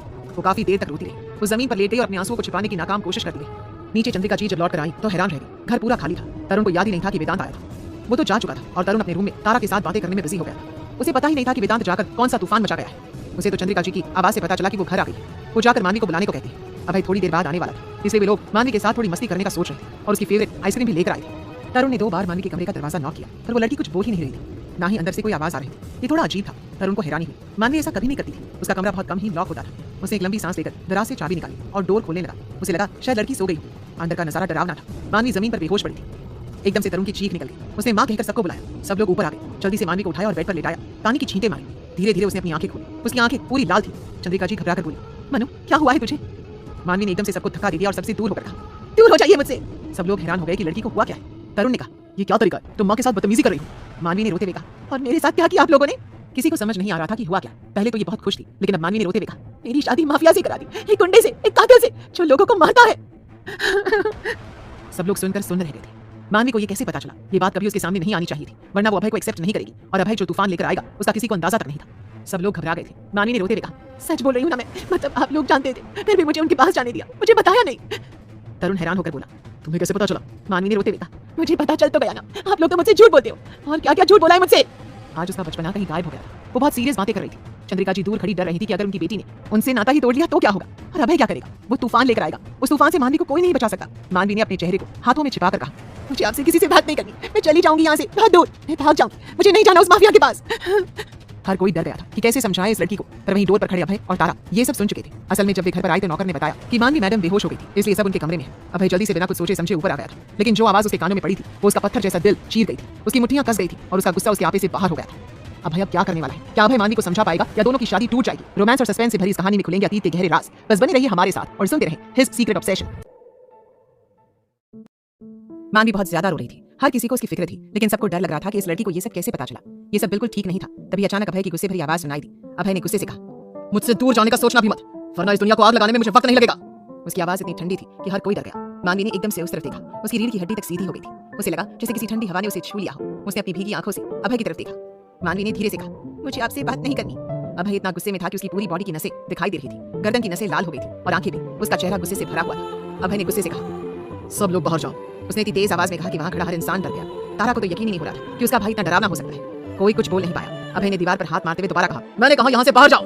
तरुण कुछ कहने वाला था कि तुषार जी ने उसका हाथ पकड़कर उसे बाहर ले गए। सब लोग अभय के पास से गुजरकर बाहर जा रहे थे, लेकिन वहां का माहौल इतना डरावना था कि सबको डर लग रहा था। मानवी बेड पर सिमट कर बैठी थी और रोते हुए अभय की तरफ देख रही थी। कल तक वो बहुत खुश थी, शायद सुबह तक भी उसे यकीन नहीं हो रहा था कि इस दुनिया का सबसे हैंडसम लड़का उसका पति है, लेकिन अब उसकी जिंदगी एक पल में बदल गई थी। तारा कुछ कहना चाहती थी, लेकिन अभय ने सबको बाहर निकालकर कमरे का दरवाजा बंद कर लिया और गुस्से से मानवी की तरफ देखने लगा। मानवी ने रोते हुए कहा, मुझे आपसे बात नहीं करनी, चली जाइए यहाँ से। उसके शब्द कट रहे थे, वो सिसक रही थी, आंखें बिल्कुल लाल थी। भीगी आंखों से वो अभय को देख रही थी। अभय का दिल अंदर से जल रहा था, जैसे वो किसी ज्वालामुखी की तरह फट जाएगा। वो अचानक मानवी के पास आया, उसकी बाजू पकड़कर लगभग उसे खींचकर खड़ा किया। अभय ने गुस्से से कहा, मुझसे दूर जाने का सोचना भी मत, वरना ऐसा कुछ कर दूंगा कि तुम सोच भी नहीं सकती। और क्या बकवास कर रही थी? भाग जाओगी? मुझसे दूर इस दुनिया में कोई जगह नहीं है जहां तुम मेरे बिना रह सको। तुम्हें हमेशा एक तितली बनकर मेरी बाहों में कैद रहना है, एक माफिया की बाहों में। मानवी ने रोते हुए कहा, आप तो बिजनेसमैन थे, एक टीचर थे, मेरे टीचर, तो फिर माफिया कैसे बन गए? उसकी आवाज इतनी डरी हुई थी कि अभय के दिल को डर लगने लगा। अगर ये लड़की उसे दूर गई तो वो सच में मर जाएगा। वो उसके जीने की आखिरी उम्मीद थी। 9 सालों से वो हमेशा मौत से लड़ता रहा है और कभी अपनी परवाह नहीं की, लेकिन पहली बार उसे अपनी जिंदगी खोने का डर लगा था। जब मानवी हॉस्पिटल में थी, उसने अपना दर्द भूलकर सिर्फ मानवी के बारे में सोचा था। क्या इस लड़की ने उसकी मोहब्बत को कभी महसूस नहीं किया? मानवी की आंखों से आंसू बहते जा रहे थे। अभय अपना हाथ बढ़ाकर उन आंसुओं को साफ करना चाहता था, लेकिन मानवी ने अचानक उसे धक्का दे दिया। वो खुद भी संभल नहीं पाई और बेड पर गिर गई। उसने रोते हुए कहा, मुझे आपका चेहरा नहीं देखना, मैं नफरत करती हूँ आपसे, इतनी नफरत कि आप सोच भी नहीं सकते, क्योंकि आपने मुझसे झूठ बोला, सबने मुझसे झूठ बोला। अभय के दिल के 1000 टुकड़े हो रहे थे। ऐसा लग रहा था जैसे उसका दिल अभी फट जाएगा। उसका दिमाग और नसें जैसे शोर करने लगी थी। अगर मानवी उसे नफरत करने लगी, तब भी वो उसे खुद से दूर नहीं जाने देगा। लेकिन वो 2 कदम पीछे खड़ा था, क्योंकि मानवी उससे डर रही थी। उसने कदम बढ़ाए तो मानवी बेड से थोड़ा दूर खिसक गई। ये देखकर अभय को बहुत दर्द हुआ। अभय ने गुस्से से कहा, मेरे पास आओ, मैं तड़प रहा हूँ तुम्हारे लिए, तुम मेरी बीवी हो, मुझसे दूर जाने का कैसे सोच सकती हो? अभय का गुस्सा बढ़ता जा रहा था, लेकिन मानवी उसके पास आने को तैयार नहीं थी। वो लगभग उठकर भागकर सोफे के पीछे जाकर खड़ी हो गई और वो रोते हुए बोली, मुझे नहीं बात करनी, जाओ यहाँ से, मुझे किसी से बात नहीं करनी, सब झूठ है, सबने झूठ बोला। वहीं बाहर हर कोई उनकी बातें सुन रहा था। मानवी का कमरा बिल्कुल साउंड प्रूफ नहीं था, इसलिए बाहर सब उसकी और अभय की बातें सुन पा रहे थे। तरुण ने गुस्से से अपने पिता की तरफ देखते हुए कहा, आपको मानवी को उसके सामने नहीं छोड़ना चाहिए था, वो किसी हैवान की तरह उस पर टूट पड़ेगा। चंद्रिका जी ने डांटते हुए कहा, ये उन दोनों की बात है, इस वक्त वो हमारी बात सुनने को तैयार नहीं है, सिर्फ वही उसे समझा सकता है। मुझे लगता है हमें सबको नीचे जाना चाहिए। सबको डर लग रहा था कि अगर मानवी भी अभय से नफरत करने लगी तो क्या होगा। तारा बहुत अजीब महसूस कर रही थी। उसे दुख था कि उसका भाई माफिया है, ये बात सबको पता थी, लेकिन उसे किसी ने नहीं बताया, इवन तरुण ने भी नहीं, जो उससे अपनी मोहब्बत का दावा करता था। उसने गुस्से से तरुण की तरफ देखा और नीचे चली गई। वो जितनी अपने भाई से नाराज थी, उतनी ही तरुण से भी थी। उसे मानवी की बहुत चिंता हो रही थी, उस मासूम लड़की की जिसे इस दुनिया के बारे में कुछ भी नहीं पता था। तरुण का दिल अंदर से दर्द कर रहा था, अपनी बहन की हालत और तारा की नाराजगी से। सब लोग नीचे आकर बैठ गए। तुषार जी परेशान होकर बोले, मानवी को ये सब कैसे पता चला? क्या घर पर कोई आया था? सब एक दूसरे की तरफ देखने लगे। तभी तरुण को शक हुआ, कहीं वेदांत का इसमें हाथ तो नहीं। वो फुटेज चेक करने गया, शायद यही एक तरीका था सच पता करने का। ऊपर मानवी और अभय एक दूसरे को गुस्से से देख रहे थे। आज पहली बार मानवी ने गुस्से में अभय को देखा। अभय का दिल जैसे 1000 टुकड़ों में टूट रहा था, लेकिन वो हर पल गुस्से से मानवी की ओर बढ़ रहा था। मानवी फिर से सोफे के पीछे भाग गई और रोते हुए बोली, मैं बिल्कुल बात नहीं करूंगी, आपने मुझसे झूठ बोला। अभय को बहुत गुस्सा आया। उसने उसका हाथ पकड़कर उसे दीवार से सटा दिया और चिल्लाते हुए बोला, बकवास बंद करो, तुम सिर्फ मेरी हो, तुम्हें पता है तुम मुझसे दूर नहीं जा सकती। मैं माफिया हूं तो क्या फर्क पड़ता है, मैंने तुमसे प्यार किया है। अभय की बातें इतनी नाराजगी से भरी थी कि मानवी और घबरा गई। वो रोते हुए बोली, नहीं करते आप मुझसे प्यार, झूठ बोल के शादी की, सच बोल देते तो क्या जाता। अगर आप माफिया थे तो बता देते, हम माफिया वाली शादी कर लेते। मैंने मूवीज में देखा है, बड़े बड़े बाउंसर, बंदूकें, गोलियां, ब्लैक कपड़ों में क्वीन, फिर शादी होती है। वो रोते हुए सब बोल रही थी। अभय की आंखें ठंडी पड़ गई। मतलब उसे माफिया होने से दिक्कत नहीं थी, झूठ बोलने से थी। मानवी ने अपना चेहरा उसकी टी-शर्ट से साफ किया, यहाँ तक कि नाक भी उसी से पूछ ली और मासूम सी शक्ल बनाकर बोली, झूठ बोलकर शादी की, अगर माफिया थे तो बताकर शादी करते, मैं वैसे ही शादी कर लेती। अब अभय को थोड़ा सुकून मिला। अभय ने उसे उठाकर लगभग बेड पर पटक दिया और ऊपर आकर बोला, तो तुम्हें मुझसे नफरत है क्योंकि मैं माफिया हूँ? मानवी ने जोर से एक मुक्का उसके पेट में मारा और कहा, मुझे नफरत है क्योंकि आपने झूठ बोला, मम्मी पापा ने झूठ बोला, भाइयों ने भी, यहाँ तक कि मेरी मासूम दादी ने भी झूठ बोला। सच बताकर शादी करते तो मैं कितनी खुश होती। अभय को अब थोड़ी राहत मिली कि मानवी को उससे नफरत उसकी माफिया पहचान की वजह से नहीं, बल्कि झूठ की वजह से। मानवी थी ही इतनी मासूम कि उसे इन सब चीजों का पता नहीं था। एक पल के लिए वो बहुत घबरा गई, लेकिन जैसे ही उसे एहसास हुआ कि अभय उसे कितना प्यार करता है, उसका डर भाग गया। अभय ने अचानक उसके होठों पर किस कर लिया। मानवी उसे धक्का देने की कोशिश कर रही थी। कुछ मिनट बाद अभय ने उसे छुड़ा। मानवी ने मुंह दूसरी तरफ करके कहा, मैं गुस्सा हूं आपसे, माफ नहीं करूंगी आपको, और यहाँ किसी को भी नहीं। झूठ बोल के शादी की है ना, अब हाथ नहीं लगाने दूंगी। अभय ने कुछ नहीं कहा। इस लड़की को संभालना थोड़ा मुश्किल है, लेकिन वो मैनेज कर लेगा। अभय उसके ऊपर से उठा और उसका हाथ पकड़कर खड़ा करते हुए बोला, चलो घर चलते हैं। मानवी ने हाथ छुड़ाते हुए कहा, मैं नहीं जाऊंगी, पहले माफी मांगो। अभय को फिर से गुस्सा आने लगा था, लेकिन तभी रूम का डोर नॉक हुआ। अभय ने जाकर दरवाजा खोला। सामने तारा खड़ी थी। वो गुस्से से अपने भाई को देख रही थी। बिना कुछ बोले वो अंदर आई और मानवी को गले लगा लिया। तारा ने प्यार से कहा, चलो घर चले, बाकी सब इंतजार कर रहे होंगे। मानवी ने बच्चों की तरह कहा, क्या मैं तुम्हारे रूम में रुक सकती हूँ? मुझे उनके रूम में नहीं रुकना, वो सब झूठे हैं। इससे पहले कि अभय कुछ कहता, उसके फोन पर कॉल आ गया और वो वहां से चला गया। दूसरी तरफ तरुण को पता चल गया था कि वेदांत ही आखिरी बार मानवी के कमरे में गया था। तरुण को बहुत गुस्सा आया। वेदांत ने ऐसा क्यों किया? उसने अभय को फोन किया। भले ही उसे अभय पसंद न हो, लेकिन अपनी बहन की खुशी के लिए वो कुछ भी कर सकता है और मानवी को सिर्फ अभय ही प्रोटेक्ट कर सकता है। ये सब जानते थे। मानवी तारा के साथ रायजादा हाउस चली गई। उसने किसी से बात नहीं की। चंद्रिका जी उसे रोकना चाहती थी, लेकिन तुषार जी ने रोक दिया। शायद इस वक्त वो उस हालत में नहीं थी कि कोई उसे समझ सके। सबके लिए वो थोड़ी नाराज थी, लेकिन किसी से नफरत नहीं करती थी। इसका सबूत था कि जाते वक्त अपनी दादी से बोली थी, अब अगली बार आऊंगी तो बहुत कुछ खाऊंगी, फिर अभी जाना है। चंद्रिका जी ने कहा, कल सब लोग रायजादा हाउस जाकर बात करेंगे। पूरे रास्ते तारा और मानवी चुप रही। तारा के मन में सवाल था, उसका भाई माफिया क्यों है? तरुण को पता था तो उसने बताया क्यों नहीं? उन्होंने एक मासूम लड़की की शादी माफिया से क्यों कर दी? मानवी भी चुप थी। वो नफरत करे तो कैसे? सब लोग तो उसे बहुत प्यार करते थे, पर झूठ क्यों बोला गया? और वो लड़का कौन था जो अभय के साथ फाइट में था? क्या मानवी अभय से अपनी नाराजगी दूर करेगी? मलिक कौन है? क्या वेदांत का प्लान सक्सेसफुल होगा? रोमांस और सस्पेंस से भरी इस कहानी में खुलेंगे अतीत के गहरे राज। बस बने रहिए हमारे साथ और सुनते रहें हिज सीक्रेट ऑब्सेशन। रात के वक्त डिनर टेबल पर काफी शांति थी। तारा ने आकर घर पर सब कुछ बता दिया था। मानवी की हालत सब लोग देख रहे थे। उसकी आंखें किस तरह सूजी हुई थी ये भी सबने देखा, पर कोई कुछ कह नहीं सकता था।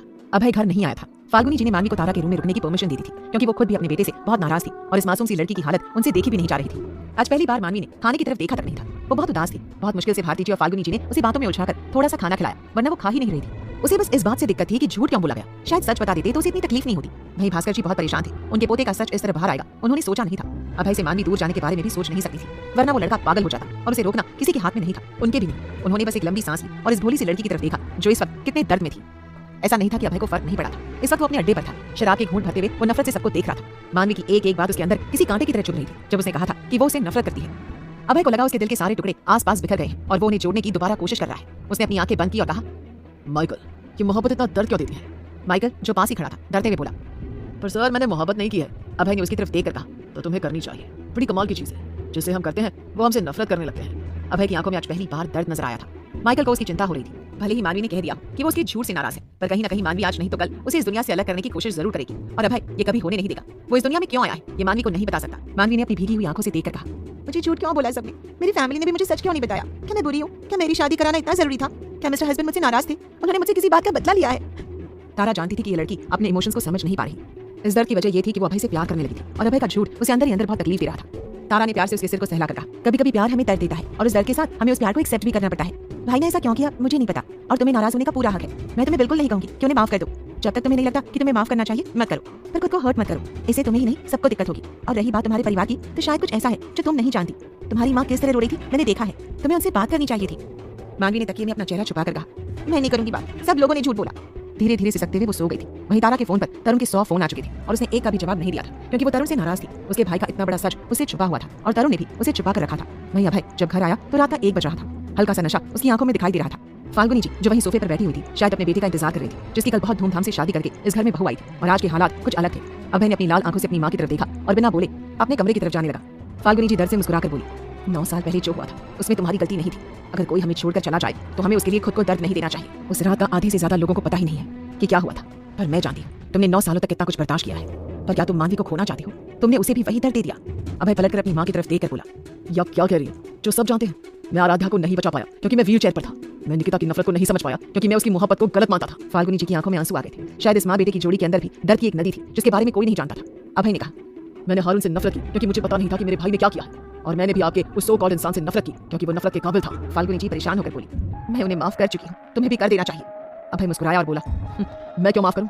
आपने उनका सच छुपाकर उनकी गलती माफ कर दी और मैं नहीं कर सकता। मैं माफिया हूँ तो मुझसे नफरत करो, पर मुझसे माफी या खुशी की उम्मीद मत करो। वो जाने ही वाला था कि फाल्गुनी जी फिर बोली, वो तारा के कमरे में रोते रोते सो गई थी। खाना भी नहीं खाया है उसने। तुम ले तो आए हो पर क्या संभाल पाओगे? तुम्हें उसकी याद दिलाती है ना वो। अभय की आंखें लाल हो गई थी। उसने नफरत से कहा, वो बिल्कुल उसकी तरह नहीं है। वो सिर्फ मानवी है, सिर्फ मेरी मानवी। उसके बारे में किसी और से कंपैरिजन नहीं करूंगा मैं। फाल्गुनी जी वहां से चली गई अपने आंसू को छुपाती हुई। शायद वो किसकी बात कर रही थी अभय जानता था। इस घर में उसका जिक्र कभी नहीं होता था क्योंकि कोई जानता ही नहीं था उसके बारे में। अभय तारा के रूम के बाहर खड़ा था। उसने 2 बार नॉक किया। नींद में ही तारा ने दरवाजा खोला। सामने अपने भाई को देखकर वो थोड़ी घबरा गई। वो कुछ कहती इससे पहले अभय ने अपनी उंगली होठों पर रखकर शांत रहने का इशारा किया। तारा समझ गई कि उसने ड्रिंक की हुई। अपने भाई की हालत देखकर वो हैरान थी। आज वो किसी नशेड़ी की तरह लग रहा था, जैसे दर्द में अपने आंसू छुपाने की कोशिश कर रहा हो। अभय ने मानवी को अपनी गोद में उठाया तो मानवी की आंख खुल गई। उसने चिल्लाते हुए कहा, छोड़िए मुझे, मुझे नहीं जाना आपके पास, मुझे यहाँ तारा के पास रुकना है। पर अभय पर कोई असर नहीं हुआ। उसने उसे जैसे बोरी की तरह टांग लिया और अपने कमरे की तरफ ले गया। तारा बस खामोशी से ये सब देख रही थी। उसे नहीं पता था कि उसके भाई की जिंदगी में ऐसा क्या हुआ था 9 साल पहले जो वो इतने दर्द में था। मानवी के आने के बाद वो थोड़ा सा बदल गया था। मानवी अभय की पीठ पर मारते हुए बोली, मुझे छोड़ो, कुंडी के छोड़ो मुझे। पर अभय पर कोई असर नहीं हुआ। वो उसे अपने रूम में ले आया और बेड पर पटक दिया। अपनी शर्ट उतारने लगा। मानवी खिसकते हुए बोली, ये क्या कर रहे हो? अभय मुस्कुराया और बोला, तुम्हें नहीं पता, तुम्हें सब पता है और चिंता मत करो, जबरदस्ती नहीं करूंगा। बीवी हो मेरी, हक से करूंगा जब तुम कहोगे। फिलहाल बस मैं बाहों में भरना चाहता हूँ, बहुत सुकून चाहिए मुझे। मानवी को उसकी बातें समझ नहीं आई। उसे लग रहा था वो थोड़ी अजीब बातें कर रहा है। आज शायद उसने ज्यादा ड्रिंक की थी। मानवी डरते हुए बेड पर बैठी थी। अभय ने लाइट डिम की और अपना सिर उसकी गोद में रख दिया। अपनी बाहें उसके पेट पर लपेट ली और सांसें छोड़ने लगा। धीरे से बोला, मैं टूट रहा हूँ, ऐसा लग रहा है कि तुम मुझे छोड़कर चली जाओगी। ऐसा मत करना, मैं मर जाऊंगा। मानवी की सांसें रुक गई थी अभय की ऐसी बातें सुनकर। वो समझ गई थी कि वो नशे में है। मानवी के अंदर अभय के लिए बहुत सारे इमोशंस थे। उसे खुद नहीं पता था कि वो प्यार में है। उसने अपना हाथ उसके बालों में घुमाया और धीरे से कहा, सो जाइए। शायद इन दोनों के बीच बहुत गहरा रिश्ता बन चुका था जो उनकी मोहब्बत को आगे ले जा रहा था। दूसरी तरफ वेदांत अपने कमरे में तोड़ फोड़ कर रहा था। मानवी दोबारा रायज़ादा हाउस गई थी तो गई क्यों? उसे खुद नहीं पता था। वो अपनी बहन को बेड पर बेहोश लेटा देखकर बोला, जल्दी उठो, सिर्फ तुम एक इंसान हो जो उन सबको बर्बाद कर सकती हो। तुम आराध्या बनकर दोबारा हारून की जिंदगी में जाओ ताकि घर की हर खबर मेरे पास आ सके। उस आराध्या का तो मुझे भी नहीं पता, पता नहीं तुमने किस दुनिया में छोड़ा है उसे। आने वाले वक्त के बारे में किसी को नहीं पता था। मानवी भी बेड से टेक लगाकर सो गई और उसकी गोद में सिर रखे अभय आराम से सो रहा था। वेदांत नशे में तोड़ फोड़ कर रहा था तो वही दूसरी तरफ तरुण परेशान था। तारा ने तो उसका फोन ही ब्लॉक कर दिया था। हर कोई अपनी अपनी जिंदगी में जैसे उलझ कर रह गया था। कैसी होगी मानवी और अभय की जिंदगी की शुरुआत? कैसे मनाएगा अभय मानवी को? और किसके बारे में बात कर रही थी फाल्गुनी जी? रोमांस और सस्पेंस से भरी इस कहानी में खुलेंगे अतीत के गहरे राज। बस बने रहिए हमारे साथ और सुनते रहिए हिज सीक्रेट ऑब्सेशन। सुबह सुबह जब मानवी की आंख खुली उसने खुद को अभय की बाहों में पाया। रात को जब वो सोई थी तब वो बैठी हुई थी, लेकिन उठने पर देखा तो वो लगभग अभय के ऊपर सो रही थी। दोनों इतने करीब कैसे आ गए ये सोचकर वो थोड़ा हैरान हुई। शायद अभय की आंख खुली होगी और उसने उसे अपनी बाहों में लिटा लिया होगा। उस दिन मानवी ने घड़ी की तरफ देखा। शाम सिर्फ 8 बजे थे। उसने धीरे से अंगड़ाई ली। वैसे तो अभी और नींद आ रही थी, लेकिन उसकी नजर सोए हुए अभय पर गई, जो कितना मासूम लग रहा था। वो बिना शर्ट के सोया था। मानवी ध्यान से उसे देखने लगी। उसकी बॉडी पर चोटों के निशान थे, इतनी ज्यादा की गिनती भी मुश्किल थी। जगह जगह टैटू बने हुए थे और उसकी गर्दन पर एक धार का निशान था, शायद किसी खंजर का। वो निशान काफी डरावना लग रहा था। मानवी का दिल अचानक भारी हो गया। उसने सोचा, इस लड़के ने कितना कुछ चाहा होगा, फिर भी ये हमेशा पत्थर की तरह क्यों रहता है? मानवी ने अपने हाथों को उन निशानों पर ले जाकर धीरे धीरे एक एक करके उन्हें टच करना शुरू किया। उसे पता ही नहीं चला कि उसकी आंखों से आंसू बहकर गालों पर आ गए। अभय की आंख खुल गई। उसने देखा कि मानवी उसे टच कर रही थी। अभय ने उसके आंसू साफ करते हुए कहा, क्या हुआ है? मानवी ने मासूमियत से कहा, दर्द करते हैं क्या? अभय बिल्कुल खामोश हो गया। उसने देखा कि मानवी उसके सारे निशानों को देख रही थी। उसने एक लंबी सांस ली और आंखें बंद कर ली। अभय ने ठंडी आवाज में कहा, ये निशान दर्द नहीं करते, क्योंकि जितना दर्द मेरे अंदर है ये निशान उस दर्द को भुलाने में काम आते हैं। शायद इसी वजह से मैं माफिया बन गया था। अभय ने आंखें खोलकर उसे देखा और उसे अपने नीचे कर लिया। फिर उसके आंसू पोंछते हुए कहा, ये निशान दर्द नहीं करते, पर दर्द तब होता है जब तुम दूर जाने की बात करती हो। इतना दर्द कि तुम सोच भी नहीं सकती। मानवी को याद आया कि वो नाराज थी, इसलिए उसने दूसरी तरफ चेहरा घुमा लिया और कहा, मैं भूल गई थी कि मैं नाराज हूँ और मैं अब भी नाराज हूँ। मैं आपसे बात नहीं करने वाली। आपने जानबूझकर मुझे भुला दिया। अभय हैरान था। उसने सोचा, ये लड़की ये भी भूल जाती है कि ये नाराज है। फिर उसने झुककर शिद्दत से उसके माथे को चूमते हुए कहा, मुझे नाराज होकर कोई फायदा नहीं बच्ची। मानवी ने मुंह बनाते हुए कहा, बच्ची नहीं हूं मैं, शादी हो गई है मेरी। उसने अपने हाथों में पहनी हुई बैंगल्स दिखाते हुए कहा, वो कितनी क्यूट लग रही थी। उसे खुद भी नहीं पता था कि उसकी हरकतें कितनी खूबसूरत हैं। अभय ने उसके चेहरे को अपनी तरफ करते हुए कहा, अभी भी नाराज हो? तुम्हें मुझसे नाराज होने का हक नहीं है। वो उसके गले पर अपने होठों से शरारत करने लगा। मानवी को समझ आ गया कि अभय कितना तड़प रहा है, लेकिन वो अपनी हरकतों से उसे परेशान कर रही थी। अचानक मानवी घबराकर बोली, ये क्या कर रहे हैं आप? मुझे नहीं करना है, मैं नाराज हूँ, पहले मुझे मनाइए। अभय ने हल्के से उसके कंधे पर अपने दांत गड़ाते हुए कहा, मैं मना रहा हूँ, मेरा तरीका ऐसा ही है। मानवी को डर का एहसास हुआ क्योंकि अभय के दांत काफी तीखे थे। उसने उसे धक्का देते हुए कहा, दुख रहा है मुझे। अभय ने अपना हाथ उसके पेट पर रख दिया और धीरे धीरे उसे सहलाने लगा। मानवी ने घूरते हुए कहा, मैंने कहा ना मुझे नहीं करना ये सब, हटो ना, मुझे भूख लगी है। अभय ने उसे देखकर कहा, मुझे भी भूख लगी है लिटिल वाइफ। Little wife? मानवी ने बड़ी खुशी से कहा, ये कितना प्यारा नाम है, आप मुझे यही कहकर बुलाइए। बच्ची सुनकर तो अजीब लगता है, ऐसा लगता है जैसे मैंने किसी बूढ़े से शादी की है। अभय की आंखें छोटी हो गई। उसने घूरते हुए कहा, तुम बुढ़ा किसको बोल रही हो? मानवी ने हंसते हुए कहा, आपको। देखो मैं सिर्फ 18 साल की हूँ और आप कितने साल के हो? मेरे ख्याल से 30 के तो होंगे, तो फिर हुए ना बूढ़े। अभय ने उसे और नीचे कर लिया और उसके होठों को अपने कब्जे में लेते हुए कहा, हाँ तुम्हें बताता हूँ, ज्यादा बोल रही हो ना। वो बहुत पैशनेटली उसे किस करने लगा। मानवी को तो सांस लेना मुश्किल हो गया। ये पहली बार नहीं था, लेकिन शायद शादी के बाद पहली बार था जब अभय उसे इस तरह छू रहा था। दोनों ही पागल हो रहे थे। मानवी उसे दूर करने की कोशिश कर रही थी, पर वो नाकाम। अभय पर उसका कोई असर नहीं हो रहा था। वो एकदम से उसे दबोच चुका था। मानवी को शर्म आ रही थी। उसका गुस्सा तो शायद कहीं गायब हो गया था। अभय उसके पूरे चेहरे पर अपने होठों से प्यार बरसा रहा था, कभी उसके गले पर, कभी कंधों पर, तो कभी चेहरे पर। 2-3 बार उसने उसके कान पर भी अपने दांत रख दिए थे, जिससे मानवी को अजीब सी गुदगुदी महसूस हुई। मानवी घबरा रही थी। वो अभी ये सब करने के लिए शायद तैयार नहीं थी। वो अभय की मोहब्बत को समझ रही थी, लेकिन उसका गुस्सा भी जायज था। अभय का प्यार करने का तरीका इतना वाइल्ड था कि वो कुछ कर नहीं पा रही थी। अभय ने उसे पलट दिया और उसके पहने हुए लाल सूट की चेन खोल दी। मानवी बस डांटना चाहती थी, लेकिन उसके मुंह से शब्द नहीं निकल रहे थे। अभय उसकी पीठ पर अपने होठों से निशान बना रहा था। शायद अब वो आगे बढ़ने वाला था, अब और कंट्रोल नहीं कर पा रहा था। उसे मानवी चाहिए थी, किसी भी हालत में। दोनों के बीच कुछ ऐसा था जो अभी भी छुपा हुआ था, और जिस दिन वो सच मानवी के सामने आएगा उस दिन सब कुछ बदल जाएगा। वो माफिया है ये तो मानवी एक्सेप्ट कर लेगी, लेकिन जो सच है उसे कैसे एक्सेप्ट करेगी? जब से अभय को एहसास हुआ था कि उसका अतीत उसके फ्यूचर पर भारी पड़ सकता है, वो पागल हो चुका था। मानवी ने मासूमियत से कहा, मिस्टर हस्बैंड मुझे दुख रहा है। लेकिन अभय रुकने के मूड में नहीं था। उसने मानवी के सूट को उतारने की कोशिश में थोड़ा सा फाड़ दिया था। मानवी की हालत खराब थी। सुबह का वक्त था, अगर उनके कमरे में कोई आ जाता तो क्या होता? वो लड़का क्या करने की कोशिश कर रहा था ये सोचकर मानवी उसे हटाने की कोशिश करते करते थक गई थी, इसलिए अब उसके केस में उसका साथ दे रही थी। दोनों इस सिचुएशन में एक दूसरे के साथ सब कुछ महसूस कर रहे थे। अभय ने उसके पेट पर अपने होंठ रखते हुए कहा, क्या मैं वो करूं? क्या तुम चाहती हो? मुझे चाहिए वो सब लिटिल वाइफ। मानवी के मुंह से शब्द नहीं निकल पा रहे थे। वो कैसे कहती कि सब करो, बस चुपचाप सब कुछ महसूस कर रही थी। लेकिन अभय की किस्मत शायद खराब थी। इससे पहले कि वो कुछ और सोचता, उनके कमरे पर ठक ठक की आवाज आई। बार बार कोई दरवाजा नॉक कर रहा था। मानवी और अभय एकदम से होश में आ गए। अभय की आंखें ठंडी हो गई। क्या वो अपनी वाइफ के साथ प्यार भी नहीं कर सकता? हर बार कोई उसकी रोमांस की बैंड बजा देता है, लेकिन बार बार डोर नॉक हो रहा था और ये अच्छा संकेत नहीं था, क्योंकि इस वक्त उसके रूम में उसकी मां के अलावा कोई नहीं आ सकता था। ऐसा क्या हो गया था कि कोई इतनी जल्दी जल्दी नॉक कर रहा था? अभय ने मानवी को अच्छे से ब्लैंकेट से कवर किया और अपनी शर्ट उठाकर पहनने लगा। उसने खुद को शांत करने के लिए लंबी लंबी सांस ली, क्योंकि इस हालत में किसी के सामने जाना ठीक नहीं था। फिर जाकर उसने डोर खोला। सामने फाल्गुनी जी खड़ी थी। उन्होंने बहुत धीरे से कहा, उनको फिर से कुछ हुआ है। वो बेहोश है अपने कमरे में। अभय हैरान रह गया। उसने कहा, मैं आ रहा हूं। फाल्गुनी जी रोते हुए वहां से चली गई। अभय जल्दी से चेंज करने चला गया। मानवी जो बेड पर लेटी थी वो समझने की कोशिश कर रही थी कि क्या हुआ है। उसने खुद को देखा, वो किस हालत में थी। उसे शर्म आ रही थी। उसका सूट फटकर नीचे पड़ा था। वो चुपचाप बैठ गई और खुद को अच्छे से ब्लैंकेट से कवर कर लिया। 5 मिनट बाद अभय अच्छे से तैयार होकर उसके पास आया। उसके माथे को चूम कर बोला, तुम फ्रेश हो जाओ, मैं थोड़ी देर में आता हूँ। मानवी पूछना चाहती थी कि वो कहाँ जा रहा है, लेकिन उसकी हिम्मत नहीं हुई क्योंकि अभय की आंखें बिल्कुल लाल थी। ऐसा लग रहा था जैसे वो अपने गुस्से को कंट्रोल करने की कोशिश कर रहा था। अभय के जाने के बाद मानवी कमरे को देख रही थी, जो उसे अब डरावना लग रहा था। उसने एक लंबी सांस ली और खुद को शांत किया, फिर नहाने चली गई। उसे पता ही नहीं था कि नीचे क्या हो रहा है। किसी को भी नहीं पता था कि भास्कर जी हारून के कमरे में थे, जो अजीब सी बातें कर रहा था, और वो भी बेहोशी की हालत में। अभय जब नीचे आया तो देखा कि माँ और दादाजी दोनों ही घबराए हुए हारून को देख रहे थे। वो जल्दी से हारून के पास गया, ड्रॉवर से कुछ निकाला और उसे इंजेक्शन लगा दिया। फिर उसने एक गोली निकालकर हारून के मुंह में डाल दी। अभय ने अपनी माँ की तरफ देखकर कहा, ये नहीं होना चाहिए था। 9 साल में से कितनी बार ऐसा हो चुका है, इसे फिर से वही सदमा लगा है। आप जानती है ना, इसका ब्रेन पूरी तरह डैमेज हो सकता है। क्या इसने उन सारी बातों को याद किया है? क्या हुआ है हारून को? अभय की जिंदगी का ऐसा कौन सा राज है जिसके चलते उसे माफिया बनना पड़ा? रोमांस और सस्पेंस से भरी इस कहानी में खुलेंगे अतीत के गहरे राज। बस बने रहिए हमारे साथ और सुनते रहिए हिज सीक्रेट ऑब्सेशन। अभय जब नीचे आया तो माँ और दादाजी दोनों ही घबराए हुए हारून को देख रहे थे। वो तेजी से उसके पास गया, ड्रॉवर से कुछ निकाला और फिर इंजेक्शन लगा दिया। उसके बाद उसने एक गोली उसके मुंह में डाल दी। अभय ने अपनी माँ की तरफ देखकर कहा, ये होना नहीं चाहिए था। 9 साल में इसे ये कितनी बार हुआ है, इसे फिर से वही सदमा लगा है। आप जानती है ना कि इसका ब्रेन पूरी तरह डैमेज हो सकता है। क्या इसने उन सारी बातों को याद किया है? भास्कर परेशान होकर बोले, हमें नहीं पता कि क्या हुआ है। कल जब माफिया वाली बात सबके सामने आई तो ये परेशान था। उसके बाद अपने कमरे में चला गया। सुबह जब फाल्गुनी से उठाने आई तो ये ऐसी हालत में था। इसने मुझे बताया तो मुझे नहीं पता था कौन सी मेडिसिन देनी है, इसलिए तुम्हें बुला रहा था। अभय गुस्से में अपने दादाजी की तरफ देखकर बोला, आप जानते हो इसकी हालत का जिम्मेदार कौन है, तो आप कुछ करते क्यों नहीं? इससे उम्मीद क्यों कर रहे हो? अपने बेटे से क्यों नहीं कहते? भास्कर जी नाराज होकर बोले, मैंने माफ नहीं किया तो मैंने भी नहीं किया, और इसका मतलब ये नहीं कि अपने दिल में नफरत लेकर घूमता रहूं।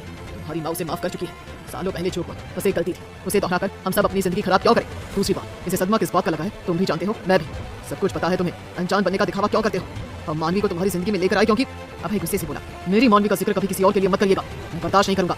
अतीत में जो हुआ वो बस एक गलती थी, मेरी गलती। मेरे अतीत की भी गलती उसके सामने नहीं आनी चाहिए। अगर वो मुझसे दूर गई तो फिर मैं क्या करूंगा मुझे नहीं पता। अब अच्छे बनने का दिखावा बंद करें। इतना कहकर वो अपनी माँ की तरफ देखकर बोला, ये ठीक है, और फिर वापस चला गया। पर वो अपने कमरे में नहीं गया बल्कि घर से बाहर निकल गया। वहीं दूसरी तरफ शहर के बहुत शानदार एरिया में एक बड़े से घर में अद्विक परेशान होकर बोला, पता नहीं कहाँ गायब है। मैंने उसके दोस्त से भी पूछा, उसने कहा वो छुट्टियां मनाने गई है, अगले महीने एग्जाम है। इस वक्त छुट्टियां मनाने का क्या मतलब है? अद्विक की परेशानी देखकर उसके डैड बोले, तुम उसके घर क्यों नहीं चले जाते? वैसे भी तुम्हें उसका घर पता तो है। अद्विक अपने डैड की तरफ देखकर बोला, वो पूरे परिवार के साथ गई है छुट्टियां मनाने, अकेली थोड़ी गई होगी, और उसके घर पर नौकर है। मैं पहले गया था, उन्होंने ही बताया था, पता नहीं कब लौट कर आएगी। कॉलेज में मेरा तो मन ही नहीं लगता। मलिक ने अपने आदमी की तरफ इशारा किया, उसका आदमी वहां से चला गया। मलिक ने अद्विक को कुछ साल पहले गोद लिया था क्योंकि ये लड़का उसे अनाथ आश्रम में मिला था। अद्विक के माता पिता के बारे में मलिक को ज्यादा कुछ पता नहीं चला, लेकिन उसने उसे गोद ले लिया। शायद वो अपने परिवार की कमी को पूरा करना चाहता था। जिंदगी में उसने बहुत कुछ खोया था, लेकिन माफिया होने की वजह से उसने अपनी मोहब्बत भी खो दी थी। अब वो लौट कर आया था तो अपने प्यार को वापस लेकर जाएगा। वो लगा हुआ था सब कुछ ढूंढने के लिए, अतीत के उन सारे पन्नों को बाहर निकालने के लिए। वहीं दूसरी तरफ सिंह परिवार के सारे लोग आज रायजादा हाउस जाने के लिए निकल रहे थे। मानवी की नाराजगी उनसे कैसे बर्दाश्त होने वाली थी? तरुण को तारा से भी बात करनी थी, लड़की ने उसका फोन ही ब्लॉक कर दिया था। इंद्राणी जी बोली, मानवी मान जाएगी ना? अगर वो नायरा जैसी जिद्दी हुई तो हम क्या करेंगे? नायरा ने 19 साल पहले अपनी जिंदगी खराब कर ली, सिर्फ एक इंसान के लिए, और उसका नाम तक हमें नहीं बताया। मुझे तो समझ ही नहीं आता ये माँ बेटी इतनी भोली क्यों है? चंद्रिका जी पुरानी यादों में खो गई।